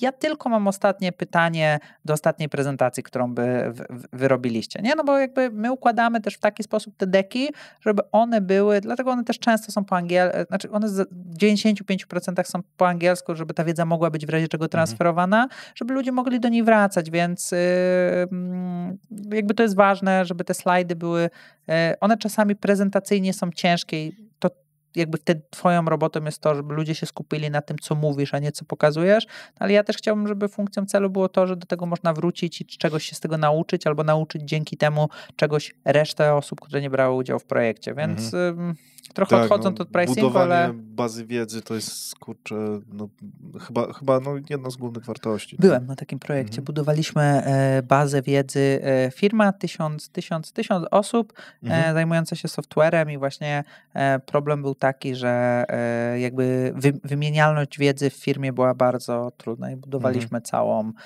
znaczy koncepcyjnie, my oczywiście sami nie budowaliśmy jej, ale w jaki sposób, wiesz, to jest super trudne, no bo zobacz, masz 1000 osób w firmie, załóżmy, że każda produkuje raz na tydzień dokument.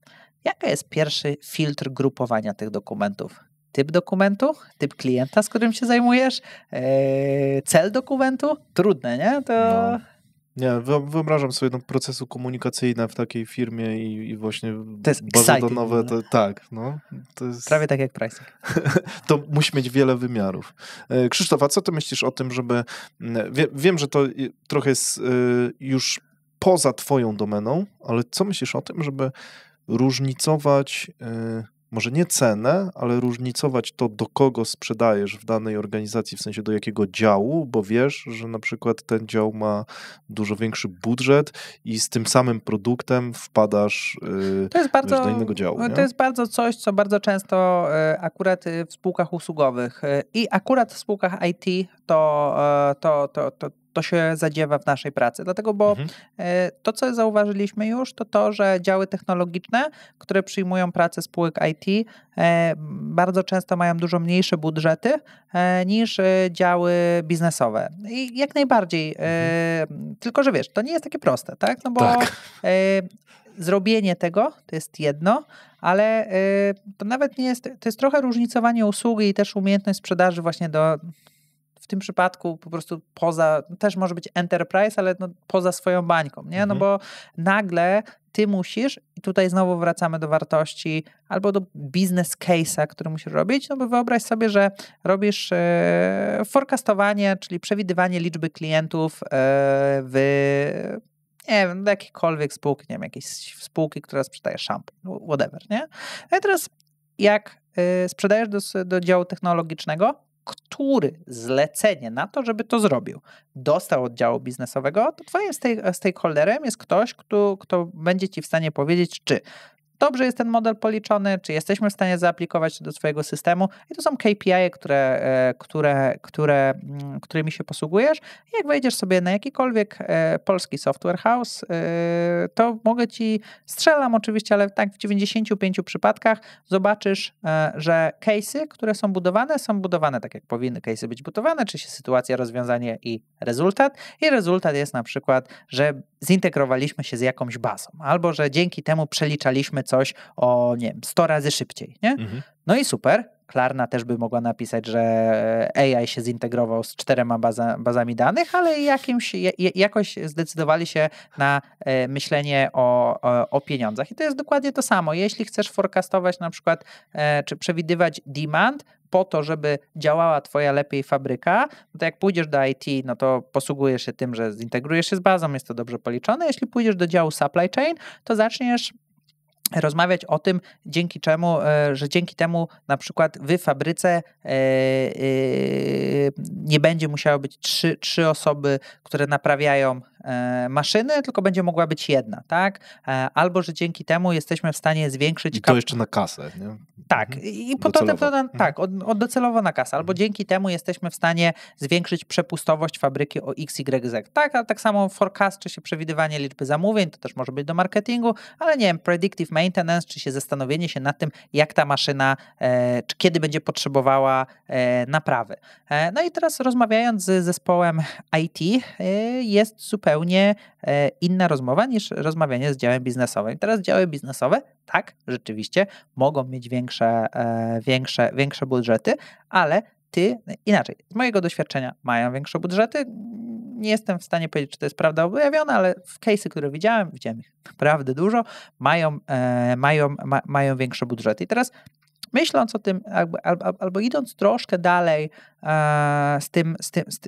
z tym o czym teraz tu opowiadam, to też jest inna wartość, którą dostarczasz, no bo też innych ludzi musisz użyć, musisz mieć kogoś, kto będzie umiał wytłumaczyć to, potrzebujesz nie tylko tych stakeholderów, którzy zbudują jakby mózg siedzący za tym, żeby to było dobrze liczone, ale też kogoś, kto będzie umiał to zaimplementować biznesowo.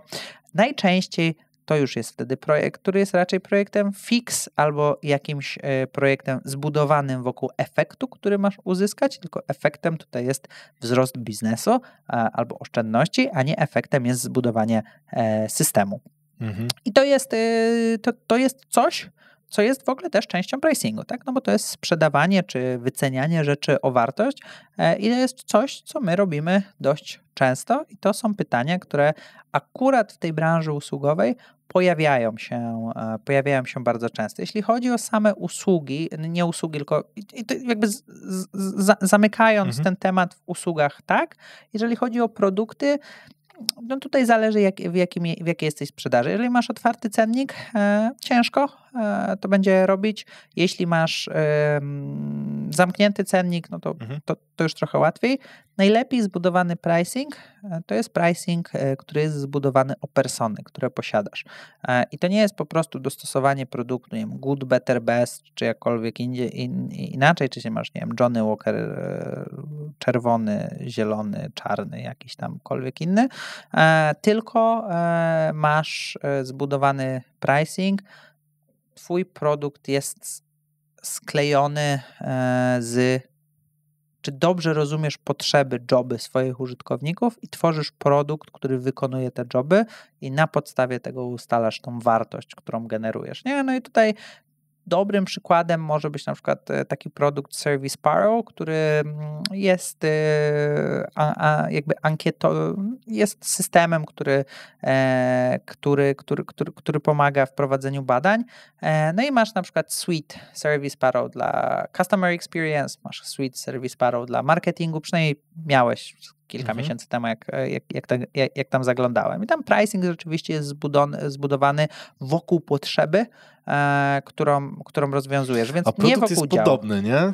Tak, ten produkt jest podobny, tak? No ale jakby zdajesz sobie sprawę, że jakby ktoś, kto potrzebuje NPS-a, ma trochę inną skłonność do zapłaty niż ktoś, kto potrzebuje zbadać 7. potrzebę kogoś w jakimś dziale gdzieś, nie? Czyli się NPS, zbudowanie NPS-a to jest jakby jedna pewnie prosta rzecz i dużo czerwony ocean, ale już zbudowanie surveya, który ma jakieś tam pytania, wiesz, zagnieżdżone razy 7 w sobie, czyli jeśli ktoś odpowie 7, to dostaje potem pytanie numer 3, a jak na pytanie numer 3 odpowie tak, to dostaje jakąś trudną metodę badawczą, nie? Jakiś max differentiation, jakby nie chcę, jakby idę za głęboko w to, ale znaczy tutaj... max diff to jest moim zdaniem w ogóle jedna z... W ogóle nie wiem, dlaczego on nie jest rozpowszechniony. MaxDiff jest super. My używamy MaxDiffa właśnie, żeby zbadać preferencje, tak? Użytkowników wobec... Jak masz już skłonność do zapłaty, no to ja często o tym mówię, ale często my badamy produkty pod kątem preferencji, czy się ja chcę mieć. Rzadko badamy pod kątem skłonności do zapłaty. Żeby rozumieć to dobrze, to musisz badać produkty pod kątem preferencji i skłonności do zapłaty. Bardzo fajnym przykładem, często o nim mówię, jest samochód. Każdy w samochodzie ma alarm. Alarm to jest coś, co ma bardzo, bardzo dużą preferencję, ale niską skłonność do zapłaty. Każdy nowy samochód ma alarm. Samochody różnicują się nie o alarmy, a o silniki. I silnik to jest duży silnik, większy silnik, duża preferencja, duża skłonność do zapłaty. Samochody różnicują się o silniki, a nie o alarmy, tak? No i MaxDiff, trochę nawiązując do tego, co powiedziałeś, często służy nam do zrozumienia, jak bardzo coś jest preferowane. Tak, no bo tak, żeby przybliżyć tym, którzy słuchają, mogą nie wiedzieć, no to MaxDiff zbija trochę czwórkami te pytania i wybiera się z czwórki najlepszą i najgorszą rzecz z każdej czwórki i dzięki temu bardzo szybko na podstawie małej liczby pytań. Tak, tam jest rolowane co 6 i to jakby bardzo... Bo szóstka jest super. Bardzo jakby w bardzo łatwym przykładzie to jest tak, że jakby MaxDiff potem myśli, jaki następny set konkurencyjny w tej czwórce ci wybrać, tak? No i to działa trochę tak, że jeśli A jest większe niż B, a B jest większe niż C, to A jest większe niż C. Nie? W sensie to jakby bardzo... I dzięki temu masz 6 cech i masz, ta jest najważniejsza, ta jest mniej ważna, ta jest jeszcze mniej ważna i tak dalej. To, co jest ważne w MaxDiffie, to uszczegółowiając, że najmniej ważna cecha to nie jest najmniej ważna cecha, tylko w porównaniu do innych, tak? To jest jakby zestaw relatywny porównujesz cechy względem siebie. Czyli nawet coś, co jest na samym dole, nadal może być ważne dla użytkowników, po prostu jest mniej ważne niż cokolwiek. W ogóle moim zdaniem startupy powinny w ogóle właśnie używać MaxDiffa do rzeczywiście zbadania tego, która cecha jest najbardziej preferowana i dziwię się, że w ogóle to nie jest tak rozpowszechnione. Nie? I w ogóle badania są... są przydatne. Tak, badania są przydatne. W ogóle gut feeling jest bardzo rozpowszechniony, który, często nazywany expert judgmentem, jest... może być wartościowy, ale jakby... Przeważnie nie jest. Różnie, ale... W sensie to jest losowe, tak. Nie? Tak jak mówisz, nie? Właśnie, różnie. To jest różnie, tak, kwadratowo i podróżnie. No więc tak, badania są spoko.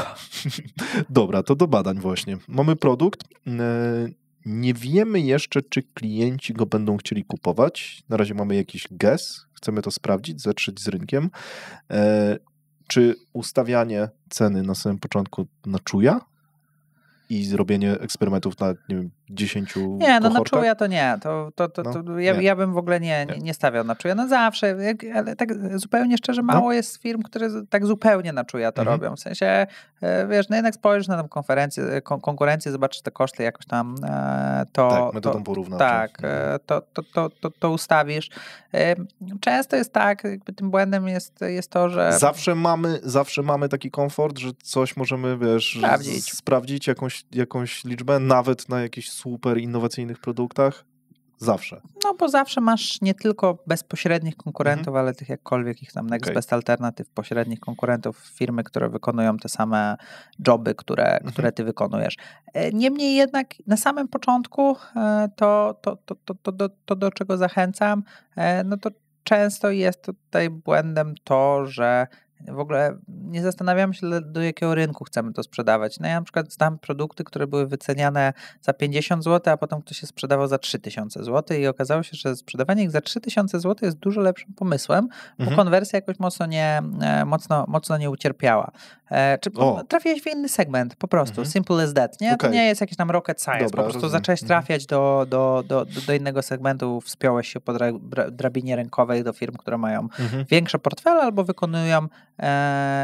wykonują zupełnie inne, mają inny po prostu positioning twoich produktów, ale tutaj April Dunford, fantastyczna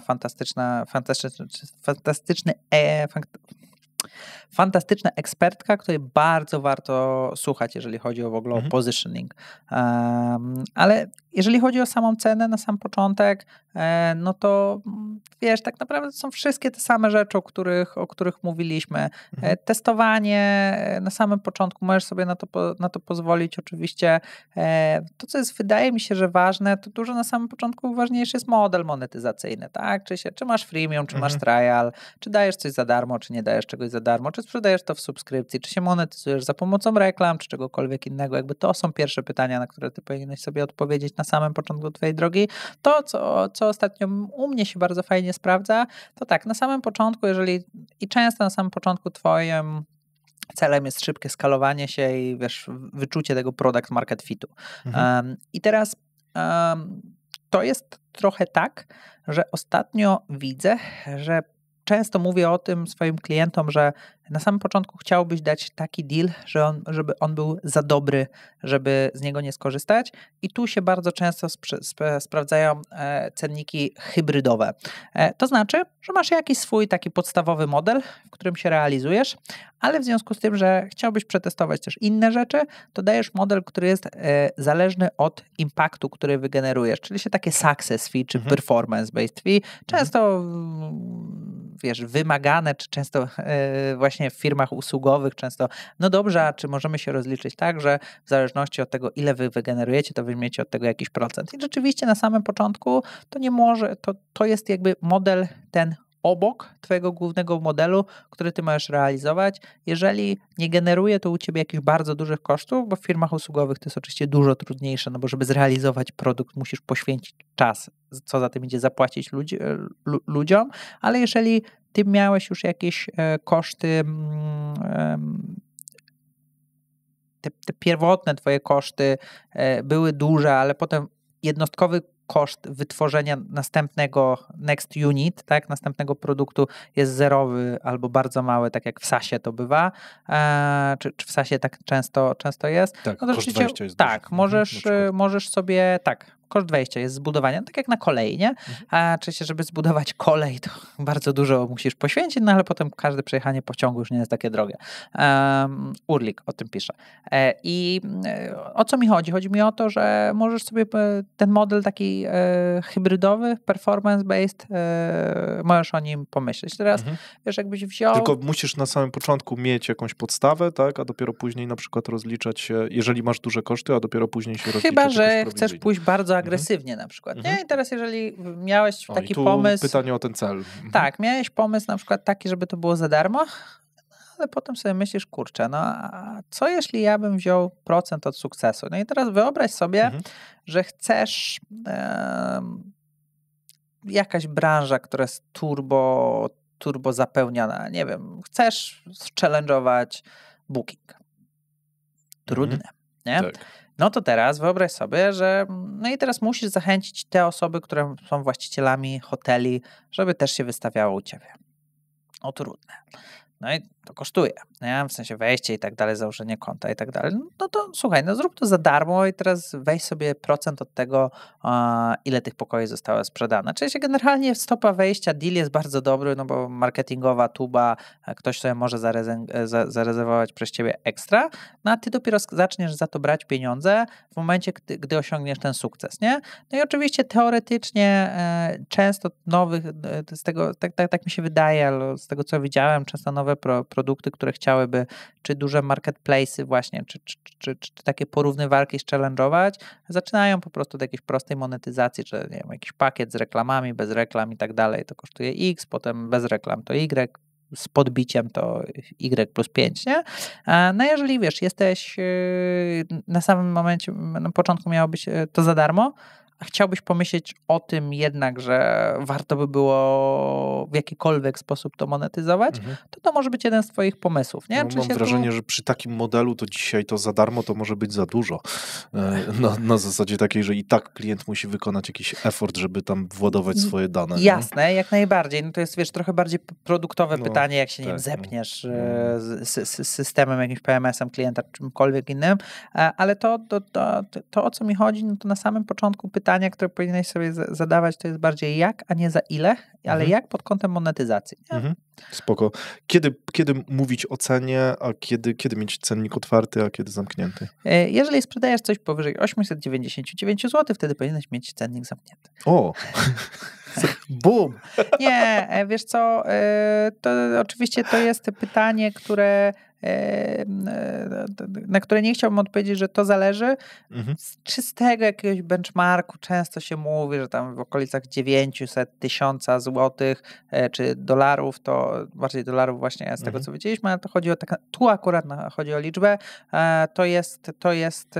to jest taki dobry moment, ale to jest trochę tak, że wiesz, no...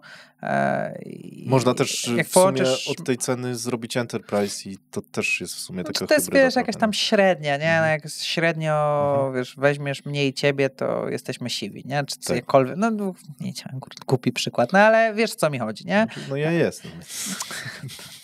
Dobra, to średnio, nieważne. Tak, pies i człowiek mają po 3 nogi. No i o to mi chodzi. Tutaj akurat to, co jest dużo bardziej ciekawe, no to na czym gdzie masz problem, tu akurat bym wyszedł od problemu, który posiadasz, no bo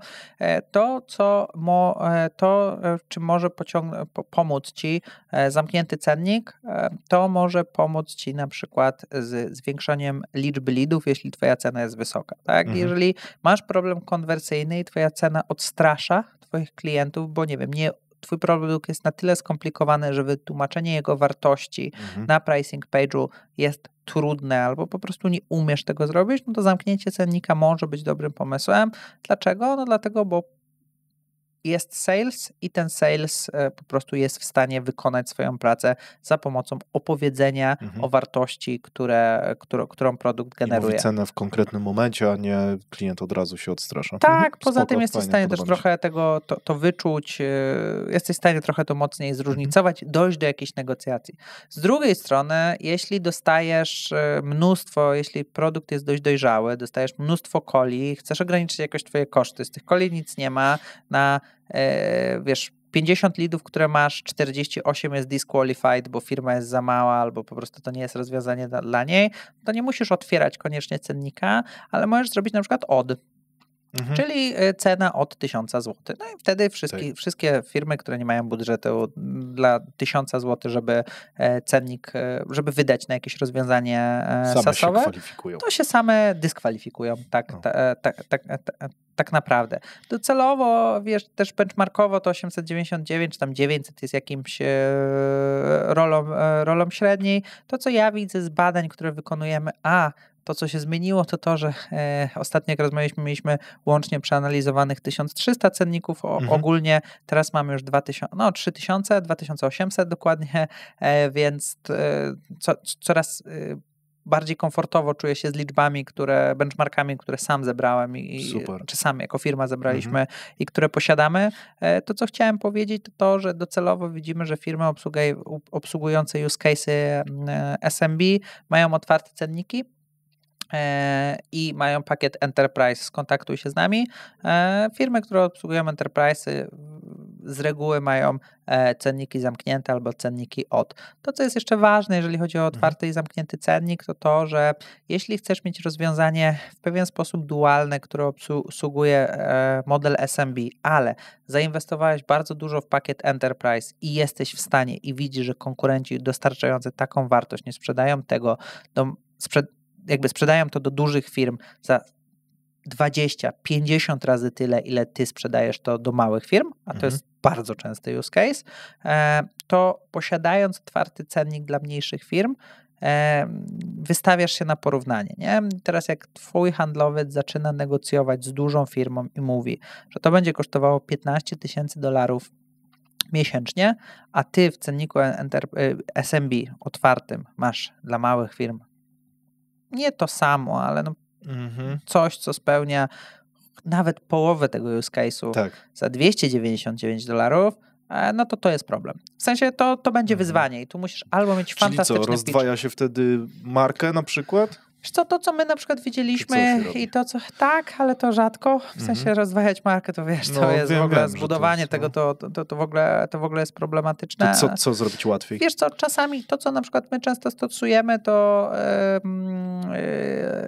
strona produktowa jest na przykład rozdzielona wobec persony, do której mówisz, nie? I masz bazę na przykład dla małych firm i potem dla średnich i to są, wiesz, normalne jakby zakładki, można by powiedzieć. I liczysz na to, że tam ci po prostu że to jest inny produkt. Nie, możesz, tak, ale z drugiej strony też możesz się zastanowić, które są te funkcjonalności, które rzeczywiście sprawiają, że dyskwalifikujesz większą firmę. No i na przykład w mniejszych firmach to na przykład jest, nie wiem, czy to był pomysł w ogóle, to zupełnie nie dlatego, że współpracujemy, ani nic w tym stylu, ale na przykład jak wejdziesz sobie na stronę branda, no to brand w tym najmniejszym planie, przynajmniej jak ostatnio go widziałem, miał jednego użytkownika, a potem miał już nieskończoną liczbę użytkowników. I teraz myśląc o tym, w jaki sposób możesz to tak zróżnicować, że te ceny mogłyby się inaczej mocno różnić, to możesz znaleźć jakąś taką funkcję, że to się nie będzie sprawdzało dla dużych firm. No i na przykład, nie wiem, użytkownik, dane, które pobierasz,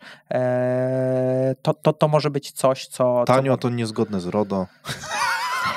Tak, pewnie nie, ale wiesz, o co mi chodzi, nie? W sensie musisz znaleźć coś, co sprawi, że to będzie niefunkcjonalne dla twojego większego klienta. Ekstra. Dobra, Krzysztof... To jest to, co z reguły słyszę. Tak naprawdę. To chciałem. Zależy jeszcze od kogo, tak. Nie? Od ciebie. Nie, ale tak, no to jest jedna z opcji. Bardzo mi się podoba. No, zakładam, że jest jeszcze dużo skrótów, ale to jest super przykład. Dobra, rozmawialiśmy jakiś czas temu i mówiłeś, że robienie testów AB na cenie nie do końca jest dobrym pomysłem. I jakbyś mógł to rozwinąć, bo... A to jest bardzo proste, słuchaj, to jest statystyka. W tym sensie, że mało znam firm, które ma tyle ruchu na stronie, że test może być statystycznie istotny. I to jest simple as that. W sensie jest kilka innych powodów, ale jak się nad tym zastanowisz, to żeby wysycić taki test, to jest bardzo problematyczne. Oczywiście to może być jakoś, to nie jest porada prawna, ale z tego, co jakby gdzieś słyszałem, obiłem się o to też oczywiście różnicowanie tego pricingu, to może być dla ciebie problematyczne. Nie, no oczywiście jeszcze raz, nie jestem, mimo że studiowałem prawo, to nie jestem prawnikiem. Jesteś politykiem. Odwołujemy się do pierwszej rozmowy. Nie jestem, ale miałem być. Ale mógłbyś? Może. Nie. Maciek nie chce iść w tę stronę, żartuję. Ale tak, to jest z mojego punktu widzenia to, dlaczego ja tego odradzam, to po prostu ja nie wiem, czy ja na pewno pracowałem dla takiego klienta, który akurat w produkcie mógłby mieć taką, ale... Kurczę, to ja się zastanawiam cały czas w takim układzie, bo rzeczywiście zapomniałem o tym argumencie prawnym, o którym w sumie wspominałeś w naszej rozmowie, a teraz zastanawiam się, jak działają w takim układzie takie spółki typu AliExpress i tak dalej. Przecież ja mam wrażenie, że tam cena, jak wchodzisz na jakiś tego typu portal, to jest ruletka w ogóle i zależy od tego, czy wiesz, gdzie wiatr zawieje. To, nie? Wiesz, AliExpress, ja nie wiem, czy oni w ogóle mają, wiesz, podmiotowość prawną w Polsce. Myślę, że nie. No. Więc myślę, że to jest gdzieś też... Ale... W sumie dziki zachód tam może być. No, albo wschód. Ale tak naprawdę nie wiem. Powiem ci, że zupełnie, jeżeli o to chodzi, to nie wiem. Jeżeli chodzi o moich klientów, to tego nie polecam z punktu widzenia jakby produktowego. Po prostu ten ruch na stronie jest często za mały. Jeżeli chodzi o e-commerce i takie rzeczy, to szczerze nie umiem znaleźć logicznego argumentu, żeby zamiast robić dynamiczne ceny w zależności od stoku, który masz, wejść na stronę, konwersji, które masz i tysiąca innych rzeczy, które powinny wpływać na cenie versus jakieś po prostu randomowe AB testy. Jakby nie jestem w stanie w ogóle uwierzyć, że to się będzie marżowo spinać i jesteś w stanie, szczególnie w e-commerce, gdzie wolumeny są bardzo duże, gdzie te produkty jednak nie są takie, że jeden produkt, nie wiem, no w e-commerce nie sprzedajesz łódek, tak? No w sensie nie jest tak, że jeden produkt zrobi ci pół roku, nie? Raczej nie sprzedajesz jachtów, tak? O to mi chodziło, łódka. Ale więc nie umiem tak naprawdę logicznego, to raczej, jeżeli chcesz coś zainwestować, to cennik dynamiczny, tak? I dynamiczny to nie znaczy cennik, który się zmienia co sekundę, tak jak w Amazonie, który zmienia, wiesz, kilkadziesiąt tysięcy razy ceny pewnie dziennie, kiedyś miałem te liczby, już nie pamiętam, ale wiesz, cennik dynamiczny, który po prostu będzie się zmieniał w zależności od sytuacji, w której się znajdujesz, tak? I to jest trochę tak, że często traktujemy AB testowanie, trochę odchodząc od tego, ale dynamiczne cenniki tak, że to albo wiesz, działa tak, że działa, że się zmienia po prostu co sekunda, albo w ogóle w to nie inwestuje, a tutaj jakby tych odcieni szarości jest bardzo, bardzo dużo. Ja ostatnio wprowadzałem cennik dynamiczny u naszego klienta i wiesz, tutaj ceny się zmieniają. W ogóle zaczęliśmy od tego, że oni umieli już wyznaczać nowe ceny w zależności od tego, co się dzieje na rynku i mogli zrobić to ręcznie. Krótka wstawka. Jak widzisz, nic nie sprzedaję w moich treściach, a zapraszam już, moim zdaniem, niesamowitych gości, co nie jest takie proste, jak mogłoby się wydawać. Dlatego mam do ciebie prośbę, która, jeśli kanał ci się podoba, pomoże również tobie. Widzę, że bardzo mały procent oglądających subskrybuje te treści, a to kluczowe, żebym mógł zapraszać do rozmowy najlepszych gości ze swojej ligi.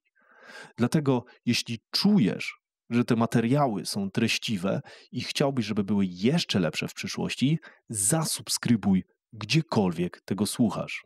A ja obiecuję ci, że w zamian za twoje zaufanie dam z siebie wszystko i dostarczę tyle wartości dla ciebie, ile będę w stanie. Dzięki za twój czas, kłaniam się, wracam gadać. Wtedy, kiedy chcieli, żeby to się po prostu zajęło, po prostu zrewidować. Ale co się zmieniało na przykład na rynku? W sensie, nie wiem, cena papieru, czy... Nie, to są atrybuty, które bierzesz pod uwagę, tak? No i atrybuty możesz podzielić znowu na kilka segmentów, tak? Ale muszą koszty, czyli tak naprawdę my akurat to traktujemy na marżę, którą jesteś w stanie wyciągnąć, no ale to jest jakby funkcja kosztu.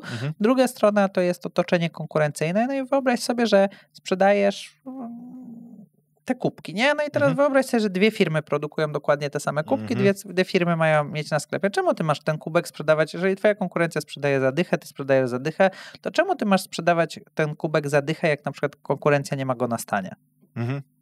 Okej. No bez sensu. To dwie dyszki, nie? To dwie dychy, nie? No i jakby jedziesz z tym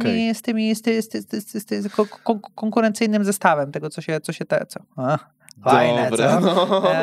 Z tego, co się dzieje, a też z drugiej strony, wiesz, Nie, bo brałem zawsze w głowie pod uwagę cenę, dlatego mi się to tak spodobało, zawsze brałem pod uwagę algorytm liczenia ceny pod kątem właśnie ceny u konkurencji, ale nie na przykład stoków magazynowych. No, więc to samo i konkurencja to jest kolejna rzecz, znaczy to, o czym ty mówisz, to też jest oczywiście rzecz, no ale wiesz, no po trzecie, no to tu musisz i teraz, dlatego ja się, wiesz, teraz jakby posiadając dużo więcej w tym momencie kompetencji e-commerce, mogę się gdzieś o tym swobodnie wypowiadać, dlatego, no bo następną rzeczą, którą powinieneś wziąć, no to wiesz, swój magazyn, nie? No i to jest trochę tak, że zawsze tak naprawdę to się sprowadza wokół twojej sytuacji wewnętrznej, sytuacji zewnętrznej pod kątem kosztów, aka twojej marży, sytuacji zewnętrznej, jeżeli chodzi o konkurencję, no i sytuacji twoich klientów, czyli to jest trochę półwewnętrzno-zewnętrzna sytuacja, można powiedzieć, czyli co jest popularne na twoim sklepie, co się teraz w twoim sklepie dobrze sprzedaje, z czego jesteś znany i tak dalej, i tak dalej. I teraz, to co jest ważne, i teraz mogę pokomplikować? No oczywiście. No i super. No i po to jesteś. To jest taki model, który może zadziałać, słuchaj, to komplikując, słuchaj to dalej, to jest trochę tak, że potem tak, jesteś w stanie to zrobić na twardo, czyli po prostu masz Excela, który ci to przelicza, potem jesteś w stanie zrobić to automatycznie, czyli wejdziesz w system, że będzie ci to przeliczał automatycznie i na końcu to ty akceptujesz, jeżeli różnica jest na przykład za duża, czyli wiesz, obniżka do 10% spoko, do 15% na jakieś kluczowe niekluczowe produkty, a powyżej 20, jeżeli coś się zmienia w górę, w dół, to musi zaakceptować człowiek. Gorąco polecam, żeby w razie czego to było, bo potem masz, wiesz, bilety za złotówkę, which is great.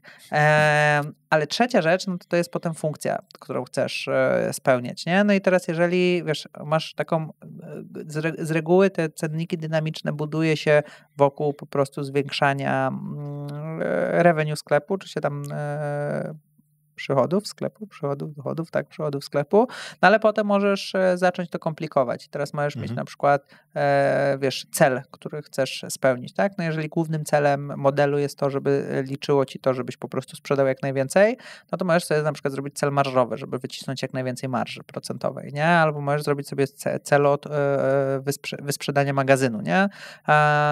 Czy jakiejś części magazynu. I teraz w zależności jaki sobie KPI postawisz pod model, to ten model może przeliczać ceny zgodnie z twoim celem, który masz.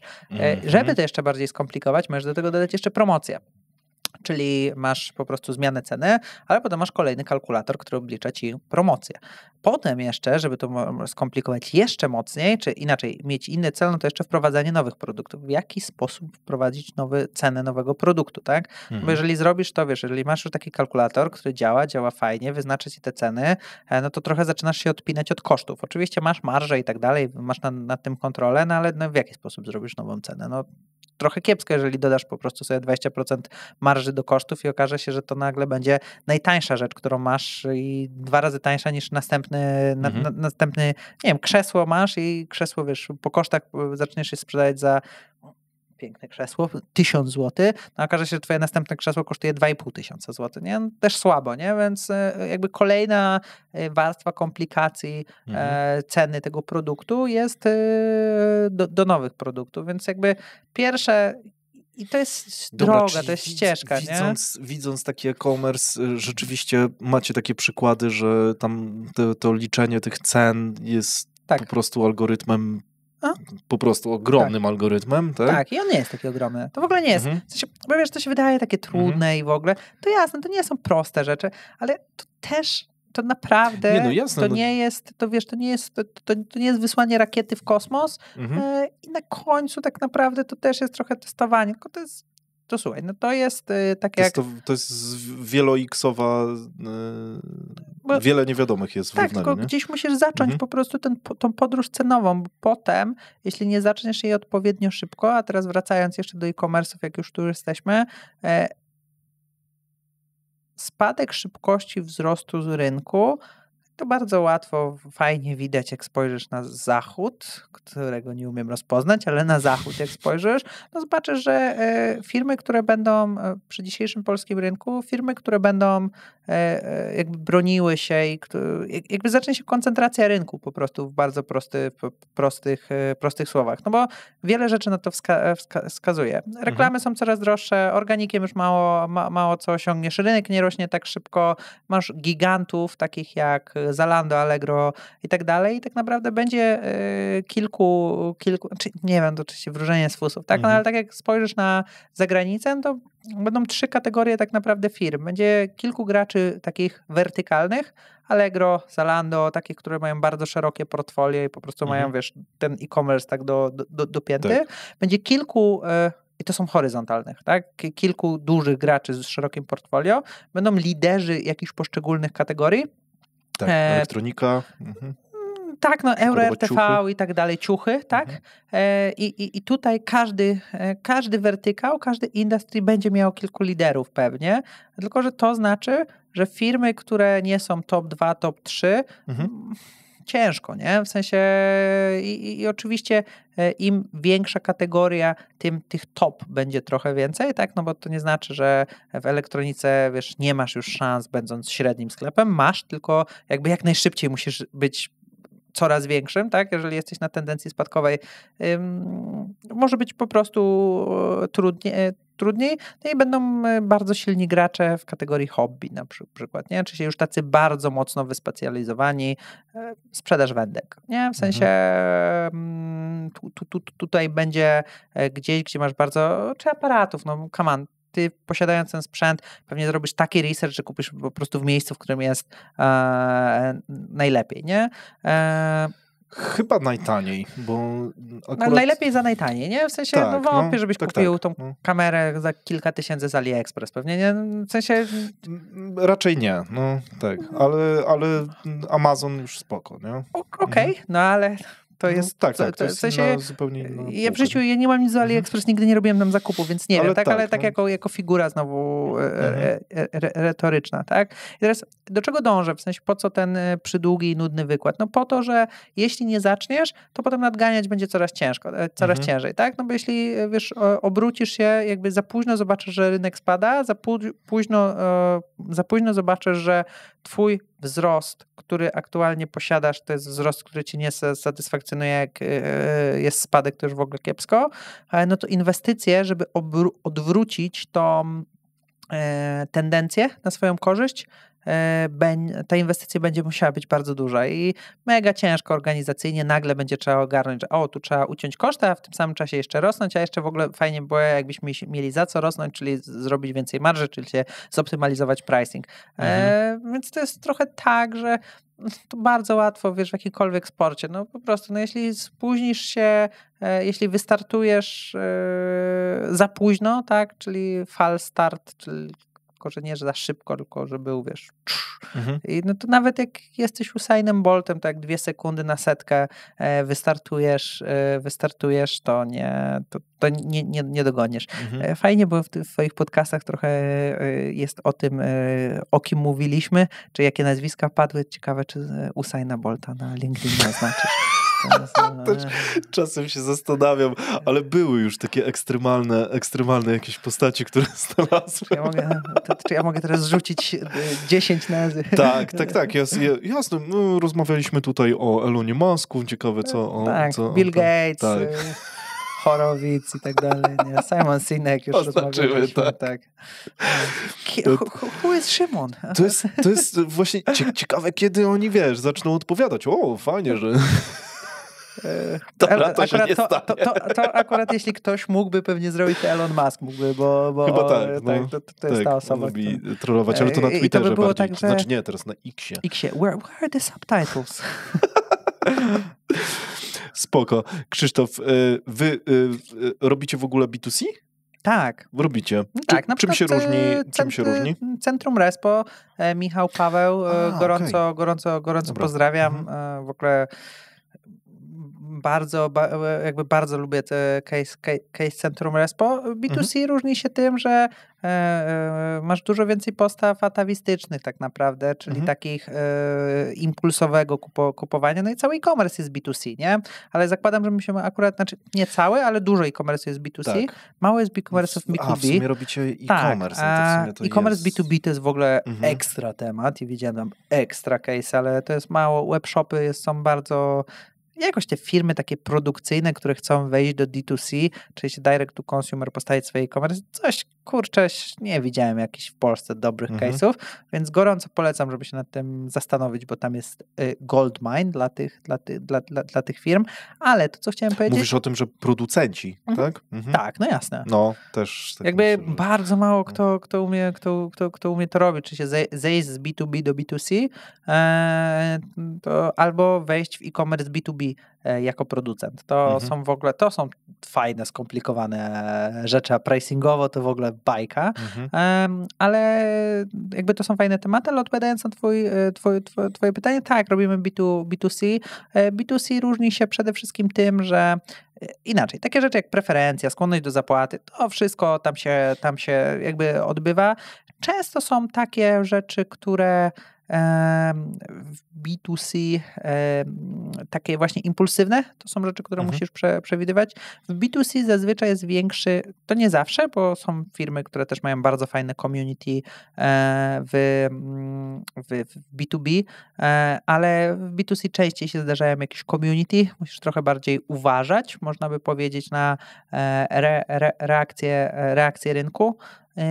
W B2C często też sama kwantyfikowalna wartość w takich impulsywnych i tanich produktach często nie jest z punktu widzenia ceny aż tak istotna, jest istotna, ale raczej jeżeli miałbym policzyć wartość i wyznaczyć wobec niej cenę w B2C, to raczej wolałbym się posłużyć badaniem skłonności do zapłaty po prostu. No i w B2C masz dużo więcej commodity, nie? Oczywiście masz takich więcej, dużo porównywalnych, bezpośrednio porównywalnych ze sobą produktów, więc tam ten aspekt konkurencyjny też jest, też jest ważny, czy może często bardziej istotny. Więc tak, jak najbardziej lubimy B2C, case'y B2C są też super. Oczywiście dużo więcej zrobiliśmy B2B, cennik. Nie powiedziałbym, że gdzieś jest mniej ważny, gdzieś jest bardziej ważny, to zdecydowanie nie, ale siłą rzeczy po prostu tak się wydarzyło, że też więcej robiliśmy B2B, ale jak najbardziej robimy, to są różne rzeczy, ale fundament jest podobny, czy się strategia. Musisz też myśleć o wartości, może ogólnie o wartości to jest ważne, badania są ważne, trochę akcenty są postawione gdzie indziej, szczególnie jeżeli są tańsze produkty, to ten aspekt emocjonalny to jest coś, co musisz przewidzieć. Dużo więcej w B2C jeszcze jest takich fajnych rzeczy, o których warto wspomnieć, to w B2C dosprzedaż trochę większą z reguły, z tego co ja widziałem, gra rolę.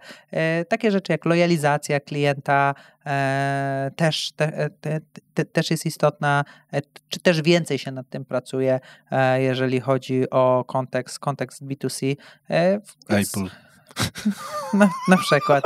Ale, to już ekstremum. No, ale nie, to lojalizacja, Apple, wiesz, jakby iPhony i tak dalej, no to jest super Tim Cook, zapraszam do oznaczenia, jest super. To Bartosz Kolanek też mówił, że jest z tego teamu. Z tego teamu. Ale nie, chodzi mi o to, że jeżeli chodzi o Apple'a, to fantastyczny jest, jeżeli ktoś pricingowo chce przyjrzeć się case'ami, to jest tak, jak Apple podnosi w cenie czas i podnosi cenę w czasie? Nie. Podnosi cenę w czasie i jak oni są w stanie to wyegzekwować. To jest super, nie? Większa wartość, wyższa cena i jakby nikt nie ma problemu z tym, że tak jak wiesz, w Stanach cykl życia iPhone'a to jest rok, po prostu co roku kupujesz, jest grupa ludzi, która co roku kupuje nowego, czyli to jest trochę tak jak podniesienie ceny w czym? W B2B, nie?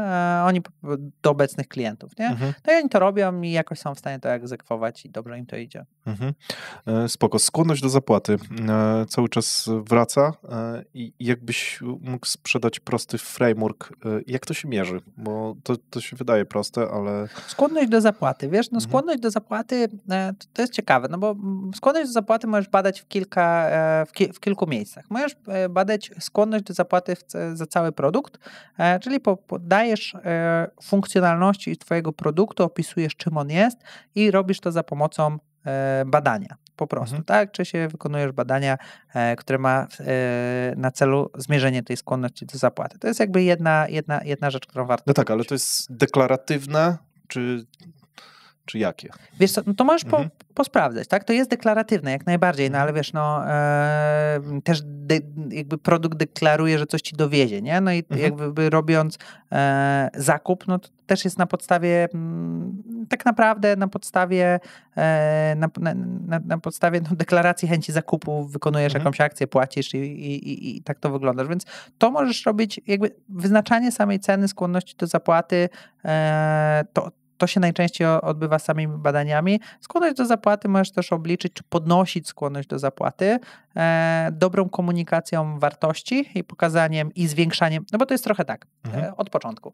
Twój produkt to jest cała wartość, nie? W sensie cały twój produkt generuje jakąś całą wartość. Potem tak dobrze, jak ją skomunikujesz, to tyle o tej wartości się dowiedzą twoi klienci i tak dobrze, inaczej, tyle, ile jej wytworzysz, to tyle jej jest, potem masz komunikację, jak ją dobrze skomunikujesz, to potem za tym idzie skłonność do zapłaty. Im więcej wartości wytworzysz, im więcej wartości skomunikujesz do swoich klientów, tym większą masz skłonność do zapłaty. To są rzeczy, które podnoszą skłonność do zapłaty. Rzeczy takie jak na przykład darmowy produkt obniżają skłonność do zapłaty, albo kiepski customer experience obniżają skłonność do zapłaty, więc masz rzeczy, które skłonność do zapłaty podnoszą lub obniżają. I teraz jak dowiedzieć się, jaka ta konkurencja też, jeżeli ktoś ma bardzo coś podobnego, obniża twoją skłonność do zapłaty, czy punkt referencyjny, którą masz. Teraz możesz zmierzyć jako liczbę, a co za tym idzie potem cenę, skłonność do zapłaty za pomocą badań, albo znowu jako punkt wartości, czyli procent, który masz. To, co jest ważne w mierzeniu skłonności do zapłaty, to, że różni ludzie i różne kraje mają różne skłonności do zapłaty, różne rynki. Dlatego ja wcześniej powiedziałem o tym, że najlepiej stworzony pricing to jest pricing, który odpowiada na potrzeby jakiejś grupy czy persony, która chce dany pricing segmentu, który chce z danego produktu skorzystać. Bo jak zobaczysz sobie badania, które my prowadzimy, no to branża legalowa na przykład za narzędzia z naszych badań wynika, że ma najniższą skłonność do zapłaty za narzędzia digitalowe, software'owe po prostu, a na przykład branże takie jak IT czy banking mają dużo wyższą skłonność do zapłaty. Nie? No i teraz to jest jakby jedna rzecz, że skłonność do zapłaty to nie jest jedna skłonność do zapłaty. Kraje mają bardzo różną skłonność do zapłaty. Jeżeli Stany to X, to zachodnia Europa to 1,2x, Norwegia to 1,5x, centralna i wschodnia Europa to 0,8x, Indie to 0,5x, nie? Więc no, skłonność do zapłaty też zależy od po prostu stopnia zamożności kraju tak naprawdę, nie? No, Szwajcaria i Japonia to też 1,5x, nie? Po prostu mamy tych badań mnóstwo i gdzieś już sobie takie kalkulatory wytworzyliśmy, no bo często jest tak, że jak badasz cennik, no to cennik badasz. Okej, czyli jesteście w stanie na przykład powiedzieć do danego klienta, weź swój produkt na ten rynek i zarobisz więcej, a dystrybucja będzie ci kosztować po prostu, w sensie koszty logistyczne będą ci kosztować dużo mniej. Nad czym bardzo długo pracowaliśmy, żeby taki kalkulator mieć. I to jest o tyle fajne, że Profitwell mówi o tym i ja w to wierzę, bo to są jakby ich dane są bezbłędne, że dając cenę w twoim własnej walucie, którą posiadasz, zwiększasz szansę na konwersję do 30%. Bardzo proste, nie? Kupujesz sobie CRM-a, jesteś polską firmą, nie masz konta w euro, wybierzesz polskiego CRM-a, który jest w złotówkach. Simple as that, nie? Drugi case, widzisz... To jest to jasne, to znaczy oczywiście, że dodałbym tu jakieś wymiary, nie? Z jakiejś przyczyny Netflix jest w złotówkach płacone, a nie w dolarach. Inna przyczyna jest taka, że dużo łatwiej ci się odnieść do tej ceny, po prostu. Tak, nie, to ja się z tym 100% zgadzam, nie? Ale tu na przykład istnieje wymiar taki, że jeżeli to jest polska spółka, nie do końca chciałbym, żeby na przykład w niektórych branżach moje dane z firmy, na przykład sprzedaży, miała polska spółka, nie? Fair enough, ale jak najbardziej, oczywiście mówię o wymiarach dodatkowych. Higieniczne takie rzeczy, że no tam musisz confidentiality zachować i tak dalej, to i tak każdy musi spełnić, ale to, o co mi chodzi, to chodzi mi o to, że geolokalizacja ceny jest to dźwignia w pricingu, która według mnie jest najmniej wykorzystywana na dzisiaj. Dlatego, bo... To jest w sumie najtańsza. Jest tania, jest prosta, jest oczywiście, no jeżeli wiesz, no nie różnicowałbym, jeśli nie wiem, Francuzi by mieli cenę 1,25x, a Niemcy 1,3x, no to pewnie w euro bym nie robił jednej ceny 59, a drugiej 61, bo też masz coś takiego jak psychologiczny próg cenowy, czy się przekraczając 59, konwersja spadnie, tak? Ale jeśli na przykład masz korony, jeśli masz franki szwajcarskie, jeśli masz złotówki, no to warto by było nie tylko... Pierwszym krokiem jest to, żeby pokazać w ogóle twoją walutę, to jest ważne. Druga rzecz to jest, że jeśli możesz, to rzeczywiście zróżnicować tą cenę, no bo szkoda by było nie wykorzystać po prostu zwiększonej skłonności do zapłaty, więc trochę nie chcę uciekać od tego pytania, w jaki sposób wyznaczać. Robisz to za pomocą badań, ale to, co jest dużo ważniejsze, to tak naprawdę, że jesteś w stanie decydować, wytwarzając i komunikując lepszą wartość, zwiększać skłonność do zapłaty, ale też skłonność do zapłaty możesz zwiększać i szanse na konwersję dzięki temu, że geolokalizujesz cenę. No i trzecia rzecz, różne osoby, różne segmenty, różne rynki mają różne skłonności do zapłaty. Kropka. Spoko. Jakie dane twoim zdaniem powinniśmy zbierać pod kątem w przedsiębiorstwie, żeby lepiej wyznaczać cenę w przyszłości? Jakie dane opłaca się zbierać twoim zdaniem? No bo wy jesteście w ogóle dużym agregatorem danych, tak? I wydaje mi się, że jesteś w stanie odpowiedzieć na to pytanie. Jak niskim kosztem w jakiejś firmie, jakie rzeczy zbierać, jakich nie? Rozczaruję cię w ogóle tak naprawdę, bo odpowiedź na to pytanie jest ekstremalnie prosta. W sensie to, co musisz zrobić minimum, to jest to, co już masz, czyli wszystkie dane transakcyjne. Nie? To jest jakby pierwsza rzecz, którą musisz i warto zbierać. Druga rzecz, na którą warto na to nałożyć, no to wszystkie dane konwersyjne, tak? Czy się cała twoja jakby dystrybucyjne, można powiedzieć, czy się jakakolwiek jest już odchodząc, wiesz, od SaaS-ów czy e-commerce'ów, jakąkolwiek masz dystrybucję, no to w jaki sposób, czy wiesz, dużo osób przychodziło do twojego sklepu, czy było dużo zapytań na twojego maila, no cokolwiek, co powie ci o zainteresowaniu tym produktem. Trzecie dane, no to typy klientów, które do ciebie przychodzą, czy się jakiekolwiek takie psychograficzne dane, demograficzne, jakkolwiek to nazwiemy, czy się typ firmy. I teraz dalej teraz to są typy danych, które warto zbierać. Czwarty typ danych, no to oczywiście co się działo na rynku. No i teraz fajnie, że określiliśmy sobie 4 duże wiadra, tylko teraz trochę zachodzi pytanie, jak dokładne te dane potem będziesz miał, bo fajnie, że masz dane transakcyjne, ale czy jesteś w stanie zidentyfikować klienta powracającego? No to jest coś, co powinieneś zbierać. Czy się w danych transakcyjnych powinieneś mieć możliwość zobaczenia, czy to jest człowiek, który przyszedł do ciebie po raz pierwszy, czy wraca. Więc tutaj dalej dokładność tych danych jest ważna. No fajnie, że masz dane transakcyjne, ale czy masz dopasowane do różne warstwy marżowości twoich produktów czy usług, które posiadasz. Czy masz marżę 1, czyli marża minus koszty wytworzenia dobra. Czy masz marżę 2, czy się koszty, jakby cena minus koszty wytworzenia dobra minus dystrybucja. Czy masz marżę 3, chociaż na poziomie, znaczy nie, no na produkcie to już było ciężko, ale chociaż na poziomie kategorii, czyli cena minus koszt wytworzenia dobra, minus koszt dystrybucji, minus koszt marketingowy, czyli sprzedaży danego produktu. Więc to możesz dalej komplikować i ja uważam, że analityka i dane, które zbierasz, też powinny być skrojone na rozmiar twojej firmy. To nie jest tak. Ja raczej teraz zderzam się z tym, że firmy starają się, wiesz, przeciąć wszystko versus wszystko. Mają za dużo danych niż danych za mało, tylko że trochę dochodzi do takiej sytuacji, że analizujemy za dużo albo szukamy nie w tych miejscach, w których powinniśmy szukać. Mniej uporządkowanych danych versus więcej chaotycznych. Tak, no i to jest tak, że wiesz, no jeśli twój SaaS robi 50 000 złotych miesięcznie, czy 10 000 złotych miesięcznie, no to tempo MRR-u, to jakiś koszt pozyskania klienta, szybkość wzrostu, to nie, właśnie takie, wiesz, po prostu takie rzeczy, jak takie rośnie...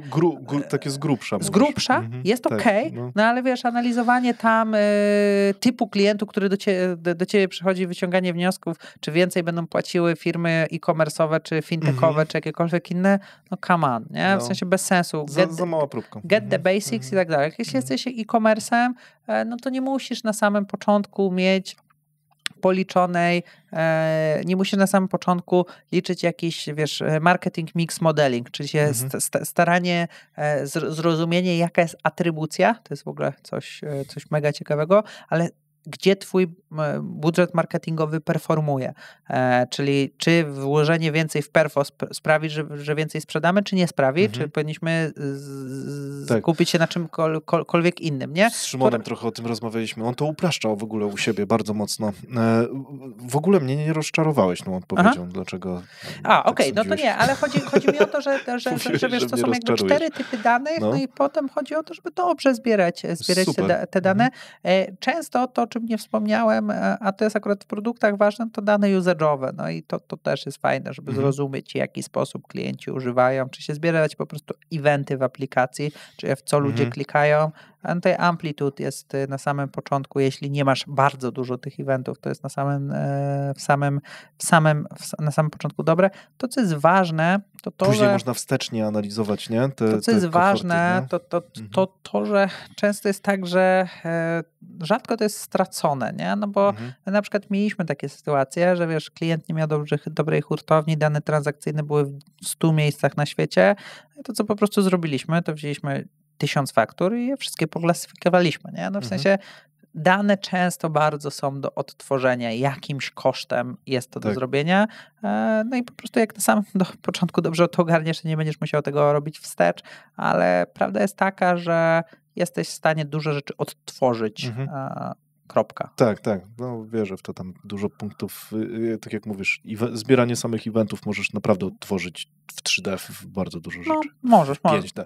Tak. No jest, chociaż jak nie zbierasz albo nie masz poklasyfikowanych dobrych, my teraz tak mamy u klienta, że nie są dobrze poklasyfikowane niektóre eventy, no i tego już nie odtworzymy. To musimy tą klasyfikację stworzyć od początku. Atrybucja. Wy mocno wchodzicie w takie rzeczy, bo tak jak rozmawiałem z Szymonem, oni na przykład, jeżeli chodzi o swoją atrybucję, mierzą naprawdę tylko 2 rzeczy i po prostu... A skąd do nas przychodzą klienci? Bardziej pod kątem waszych klientów i liczenie ceny. Czy to w ogóle... Skąd przychodzą klienci do naszych klientów i czy to wpływa na cenę? Wiesz co? Teraz robimy to pod kątem akurat w e-commerce, atrybucja jest dla nas... No to atrybucję ja rozumiem w 2 wymiarach. No pierwszy wymiar atrybucji według mnie to jest oczywiście skąd performuje twój budżet i to jest coś, na co my będziemy stawiać już niedługo, żeby być w stanie policzyć, która część twojego budżetu Być w stanie, czy dalej zgadywać? Bo to zawsze być w stanie policzyć, tak? Tak. Rzeczywiście jest coś, co nazywa się Marketing Mix Modeling, MMM, i to jest coś, w czym będziemy dobrzy już soon, albo już teoretycznie jesteśmy dobrzy we wdrożeniu, będziemy już bardzo dobrzy niedługo, a atrybucja, jeżeli chodzi o cenę, skąd przychodzi twój klient, szczerze, do dzisiaj nie było to dla nas jakby no bo wiesz, my tak naprawdę ceny najczęściej mimo wszystko liczymy na twoich potencjalnych klientach, a nie obecnych klientach. Nie? Dlatego, bo obecni klienci są na tyle biased, na tyle subiektywni, że tak naprawdę opieranie tylko o nich cennika często sprawia, że twoje ceny będą za niskie, nie? Czyli raczej jeżeli chodzi o to, skąd masz na przykład źródło ruchu, to do konkurencji. Czyli która konkurencja betuje na twoje słowa kluczowe. Która konkurencja, jakie firmy wchodzą i mamy już dostęp do takiego narzędzia, na przykład, które jest ci w stanie powiedzieć, że jeśli ktoś wszedł na stronę A, czyli na twoją stronę, to podcast. Wyobraź sobie, że zastanawiasz się, z jakimi podcastami ty konkurujesz. I teraz ja mam takie narzędzie, które sprawdzi, jeżeli ty masz swoją stronę, to kto wchodził też na stronę Szymona Negacza i kogokolwiek innego. Nie? Czy się tu ja mogę zatrybuować? Nie chcę nazwy narzędzia mówić, ale jest kilka takich narzędzi, które sprawdzają, kto wszedł na twoją stronę. A tutaj jeszcze rozszerzenie o to, na jakich innych jest. Tak.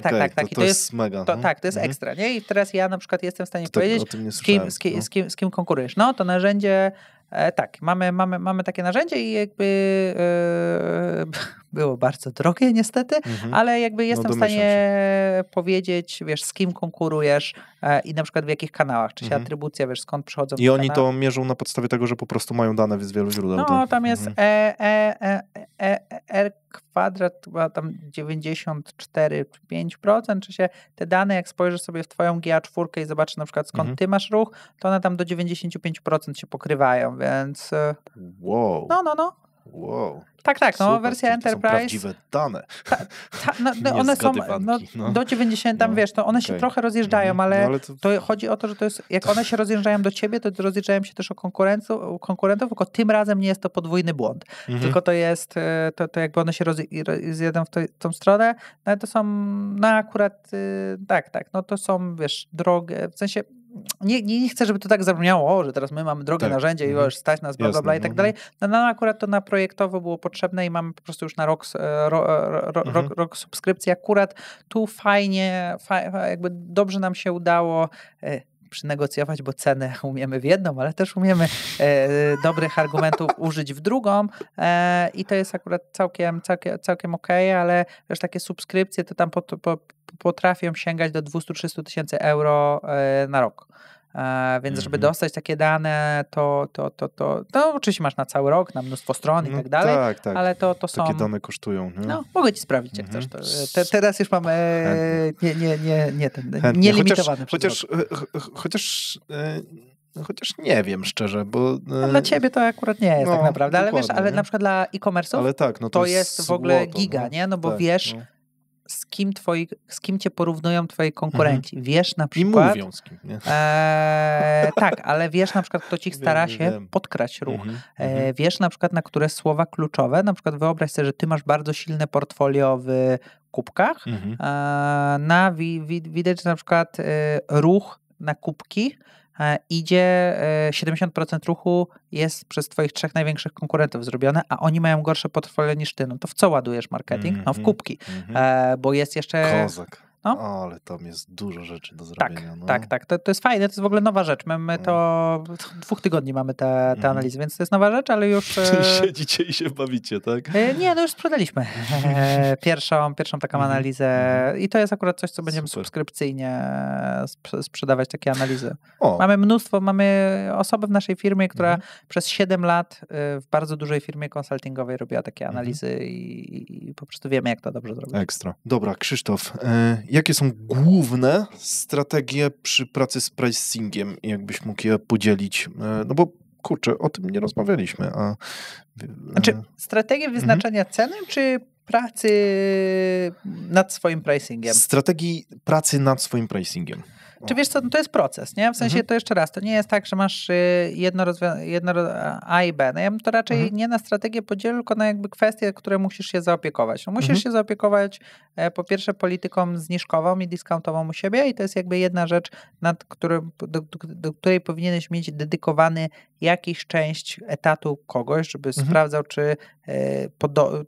czy nie przeceniasz za dużo swoich rzeczy. To jest, dlatego powiedziałem o tym w pierwszym kroku, bo to jest dość proste, a często siedzi tu bardzo dużo kasy. Czyli to jest taka pierwsza optymalizacja, którą należałoby zrobić. Tak. Druga rzecz, na którą musisz się skupić, to gdzieś już to się przebijało u nas, no ale pewnie raz na rok, raz na pół roku sprawdzanie, czy nie generujesz o tyle więcej wartości, żeby ceny podnieść. Czyli bieżące operacje. Spoko. Trzecia rzecz, nad którą musisz się skupić, no to skupić się nad wyznaczeniem cen dla nowych produktów, usług, czy cokolwiek oferujesz. No i teraz możesz to robić albo, i to w zależności znowu od wielkości firmy, no w największych firmach jest cały zespół pricingowy, w mniejszych firmach jest, ale też na bardzo duży po prostu pricing manager. W jeszcze mniejszych firmach już często nikt się tym nie zajmuje, ale masz gdzieś takie kompetencje, które musisz rozdzielić między dział analiz, czasami dział sprzedaży, często dział marketingu, ale gdzieś część tych kompetencji musisz musi się znaleźć. Więc ja bym to raczej nie rozdzielił na strategię, tylko na akcje, które musisz wykonać. Czyli się praca na dyskountach, praca nad obecną ofertą, praca nad nową ofertą. I to jest praktycznie stała praca. Tak, tak.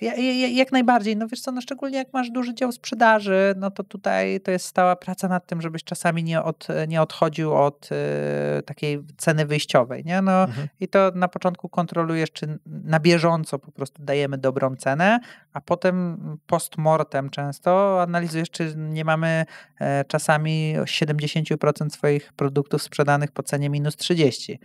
I to jest tak, to ta cena jest 100, czy to jest 100 minus 30, czyli...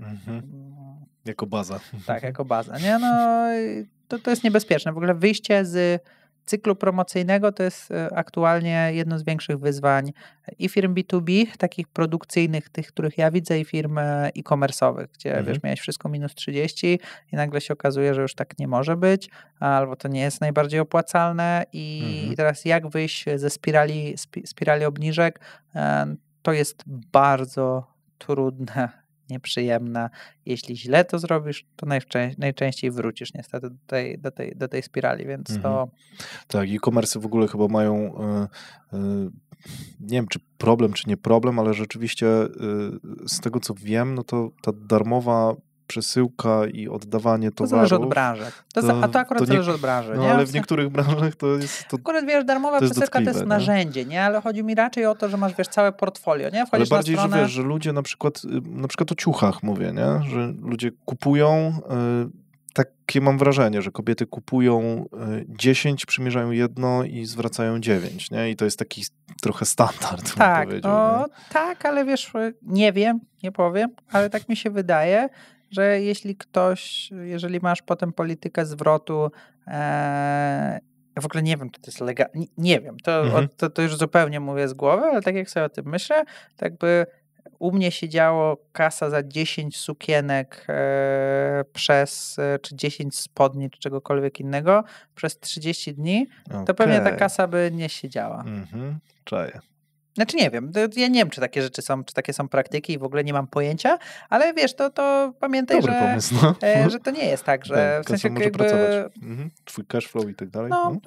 A poza tym zobacz ile, wiesz, jakaś lokata, nie? W sensie...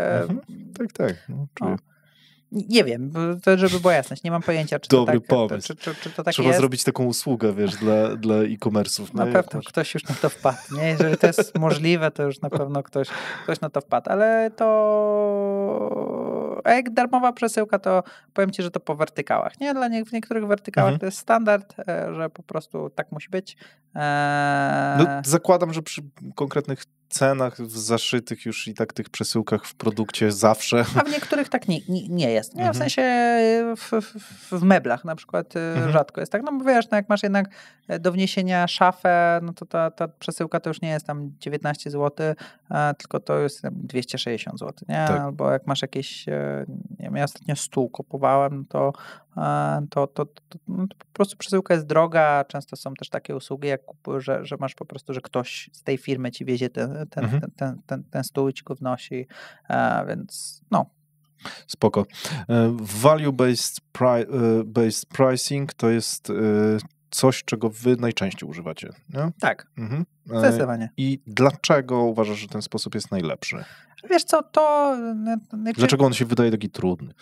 Nie, no bo to jest liczenie ceny w zależności od wartości. I teraz ja nie powiedziałbym, że to jest, to jest trudne, no bo rzeczywiście tą wartość trzeba policzyć. No, to na czym często zapominamy w tym równaniu, szczególnie jeżeli rynek jest mocno konkurencyjny, to, że ty generujesz, jakby możesz policzyć wartość, no ale jeżeli masz rozwiązanie konkurencyjne, no to też z tego równania wartości można coś odejmować, nie? Czyli się załóżmy, że my generujemy x, y, z wartości, no ale ktoś na przykład w jakimś aspekcie, nie wiem, szybciej coś dostarcza, albo ma głębsze portfolio, więc od tej wartości możemy sobie coś odjąć. Mało kto to robi, to jest bardzo trudne w ogóle, żeby, bo masz wartość swoją, to jest jedna rzecz, ale masz coś jeszcze takiego jak differentiated value.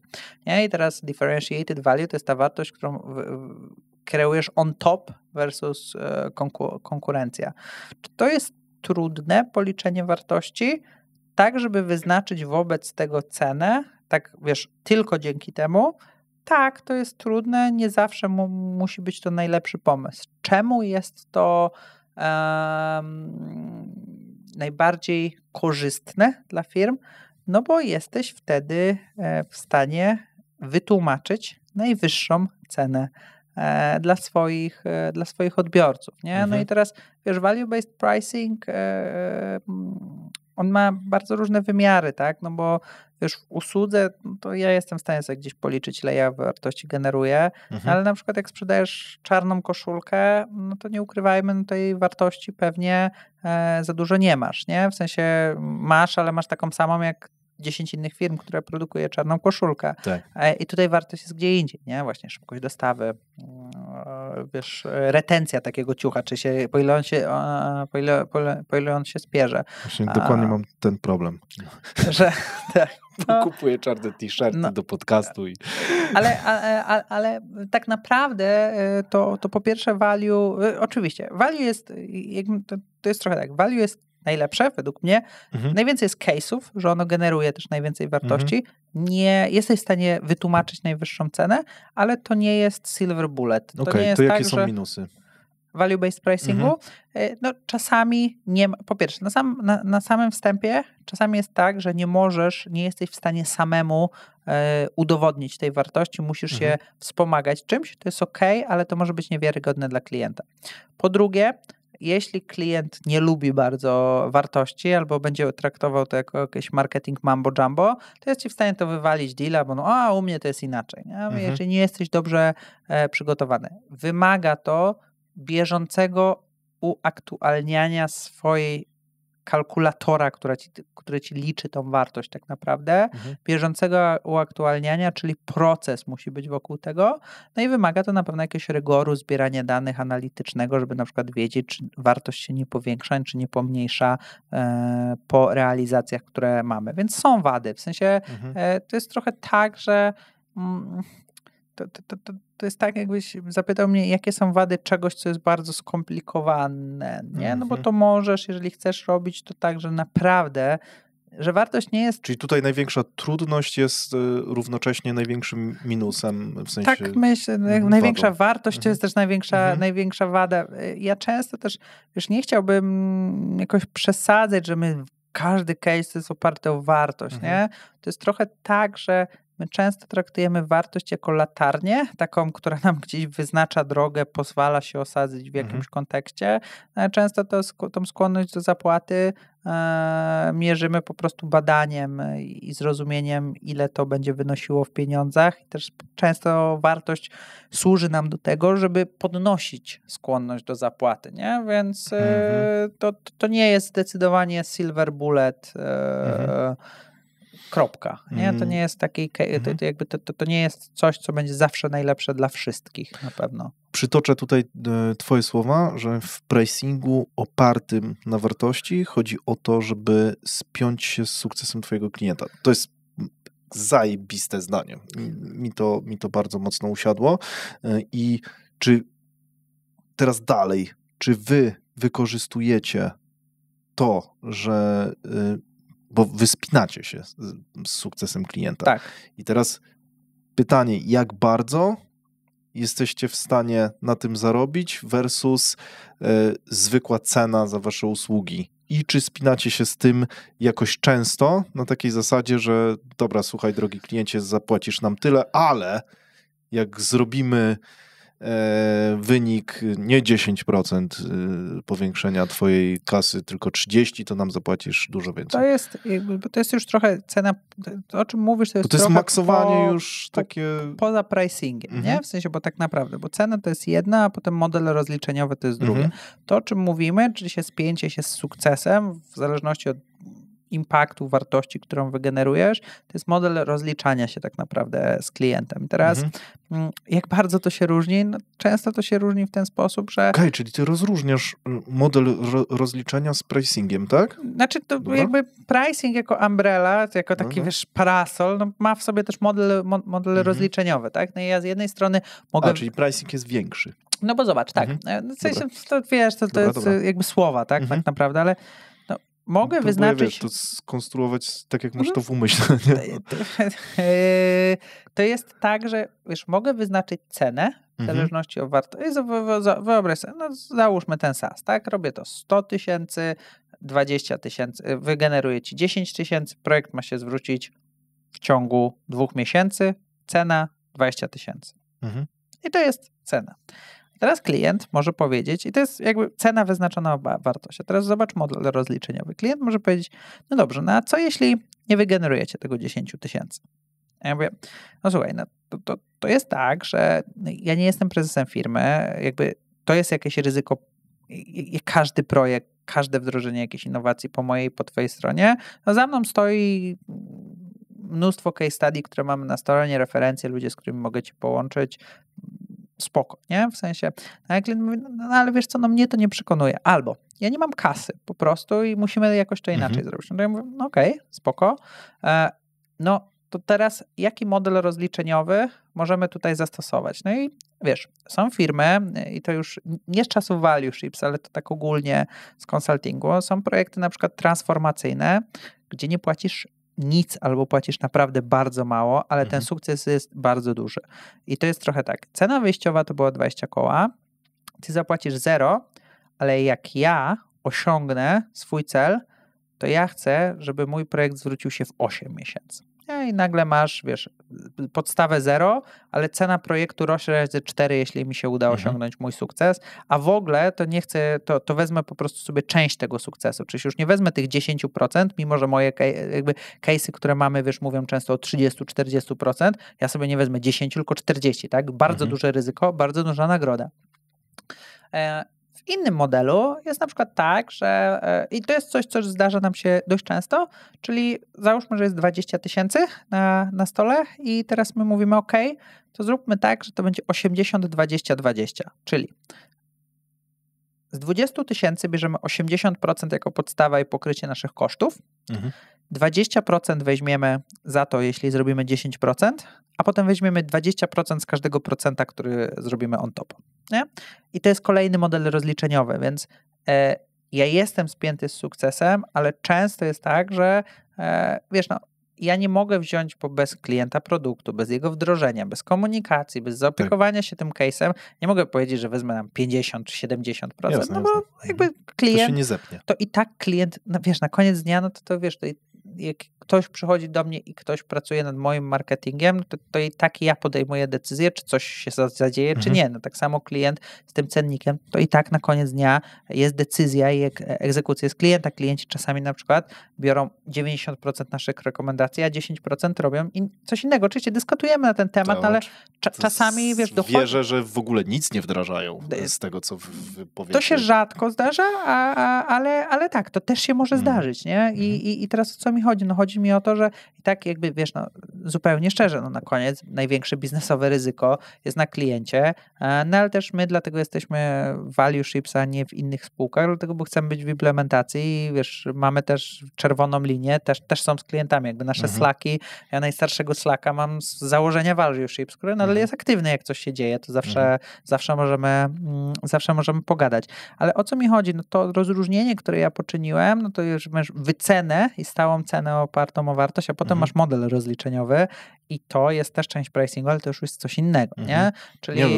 Ja widzę, że w takim ekstremalnym przykładzie, ja to tak trochę rozumiem, że ty używasz wtedy trochę maksując rzeczywiście kasę dla swojej firmy, używasz wtedy traktujesz inne firmy jako takie wehikuły, które mogą twoją wiedzę przełożyć bardziej na to, żeby zarobić więcej, ale ty ze wszystkiego ciągniesz, wiesz, dla siebie kasę, nie? I takie patrzenie na to jest... A tak naprawdę biorę po prostu część tego, co robisz, ale no też ryzyko po drugie. Przepraszam, ryzyko po drugiej stronie też jest oczywiście, nie? No bo wiesz, no zdarza się na przykład tak i rzeczy, które są niezależne od ciebie i za które ciężko ciężko wziąć za nie odpowiedzialność, no ale też jestem okej, żeby rozłożyć akcenty ryzyka po dwóch stronach, no ale też jakby gratyfikacja za to musi dwie strony. Dużo. I teraz atrybucja tego jest bardzo ciężka, no bo no niestety i ja to rozumiem, ale to jest tak, że tak się może wydarzyć, że na przykład zobacz, zrobiliśmy fantastyczną robotę. Pricing powinien zadziałać, ale konkurent akurat zdecydował się na wypuszczenie jakiegoś turbo nowego feature'a albo obniżył ceny bo nie wiem, miał urodziny prezes czy ktokolwiek i zdecydował się obniżyć cenę minus 50% na następne 3 miesiące. No nie przeskoczysz. No i zrobiłem swoją robotę fantastycznie, no ale tylko o tym się fajnie nie mówi, tylko że to nie często działa w drugą stronę, no bo zobacz na inną sytuację. Ja zrobiłem fantastycznie swoją robotę, wygenerowałem 10%, a konkurent zbankrutował, więc zrobiliśmy 80%. No i wiesz, skoro to działa w jedną stronę tak,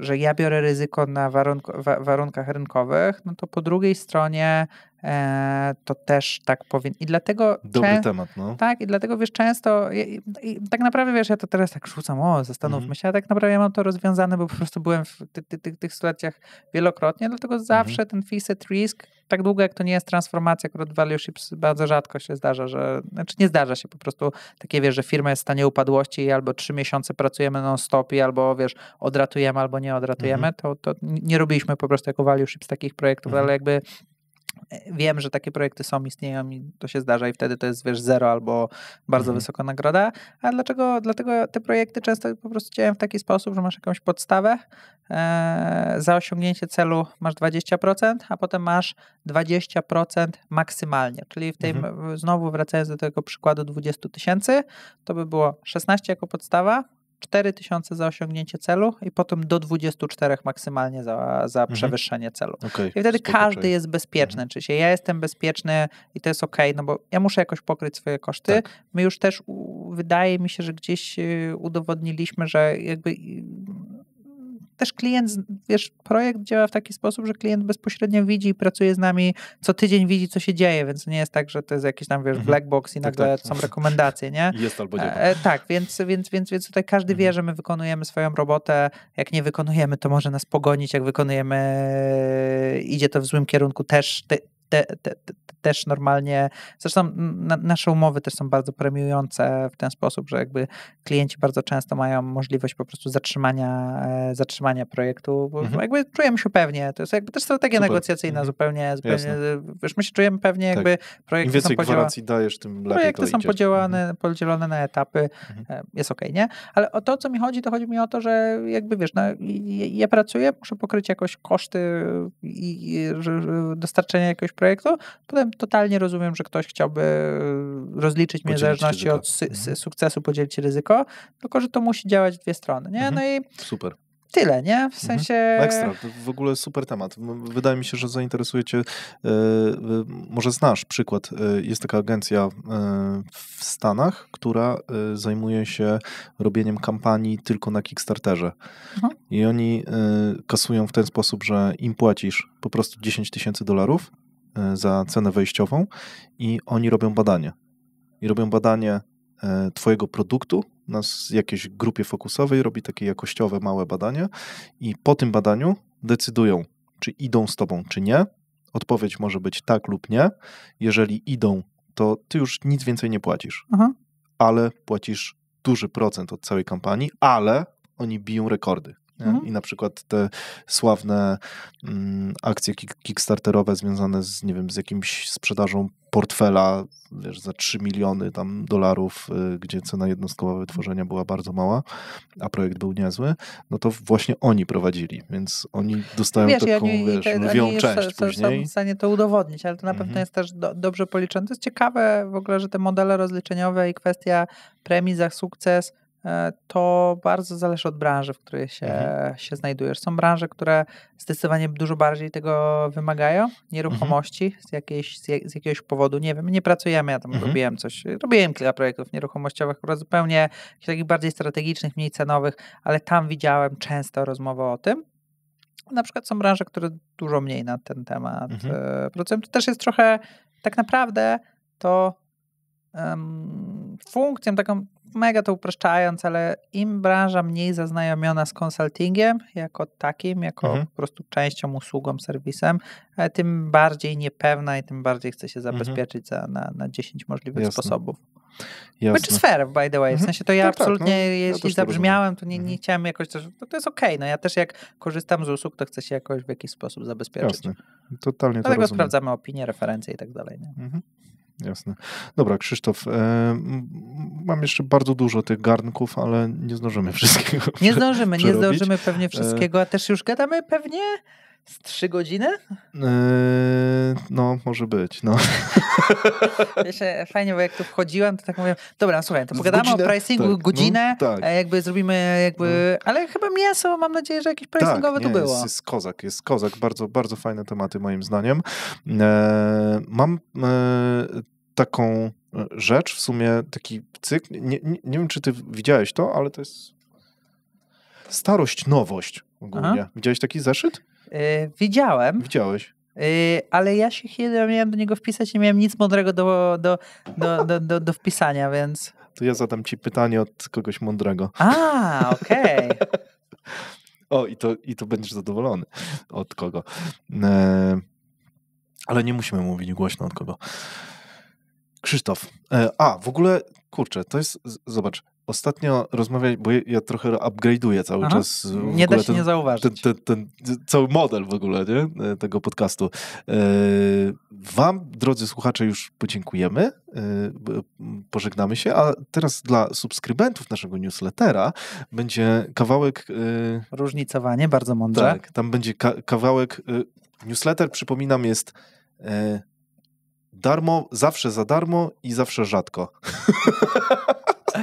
To jest value. Jak nie mamy nic do powiedzenia, to w sensie ja nie mam nic do powiedzenia mądrego, to nie piszę do was po prostu. Słusznie.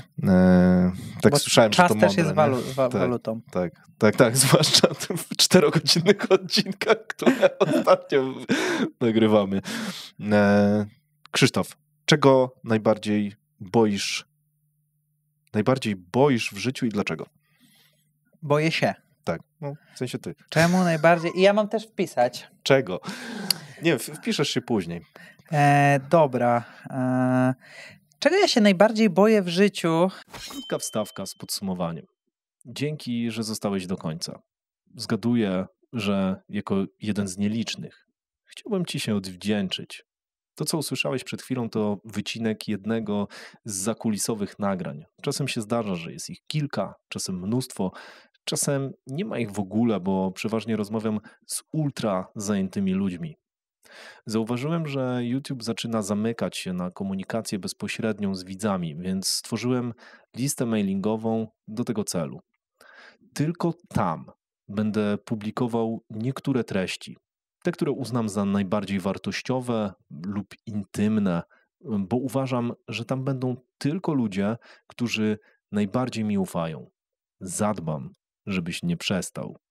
W mailach możesz spodziewać się m.in. zakulisowych nagrań z gośćmi. Co ważne, nigdzie indziej niepublikowanych. Wartościowej wiedzy o YouTube dla biznesu i sprzedaży, bo tym trochę się jaram, i oczywiście wszystkich informacji przydatnych w rozwoju biznesu, zarządzaniu, ogólnym rozwoju, wzroście, diecie, ćwiczeniach, rutynach i tym podobnych. Będą tam tylko wartościowe materiały wysyłane rzadko. Pewnie raz na miesiąc będzie dobrze, ale to też dopiero za kilka miesięcy. Obiecuję ci, że nie będę używał automatyk z dużą częstotliwością. Wszyscy znamy miejsca, gdzie codziennie dostajesz maile z naciskiem na zakup 100 kursu. Mnie to też wkurza i wiem, że nie zadziała w moim przypadku. Wierzę, że jak masz coś wartościowego, to nie musisz do tego natarczywie namawiać. W skrócie, jeśli znajdę coś wartego twojej uwagi, podzielę się tym z tobą. Jeśli nie, to nie pojawię się w twojej skrzynce. To pewna osobista obietnica. Dzięki za zaufanie i za twój czas, bo to najcenniejsze, co mogłem od ciebie dostać. Jestem twoim fanem i mam nadzieję, że dzięki temu kanałowi coś kiedyś będzie dla ciebie prostsze, tak jak zaczyna być dla mnie. Wracam gadać.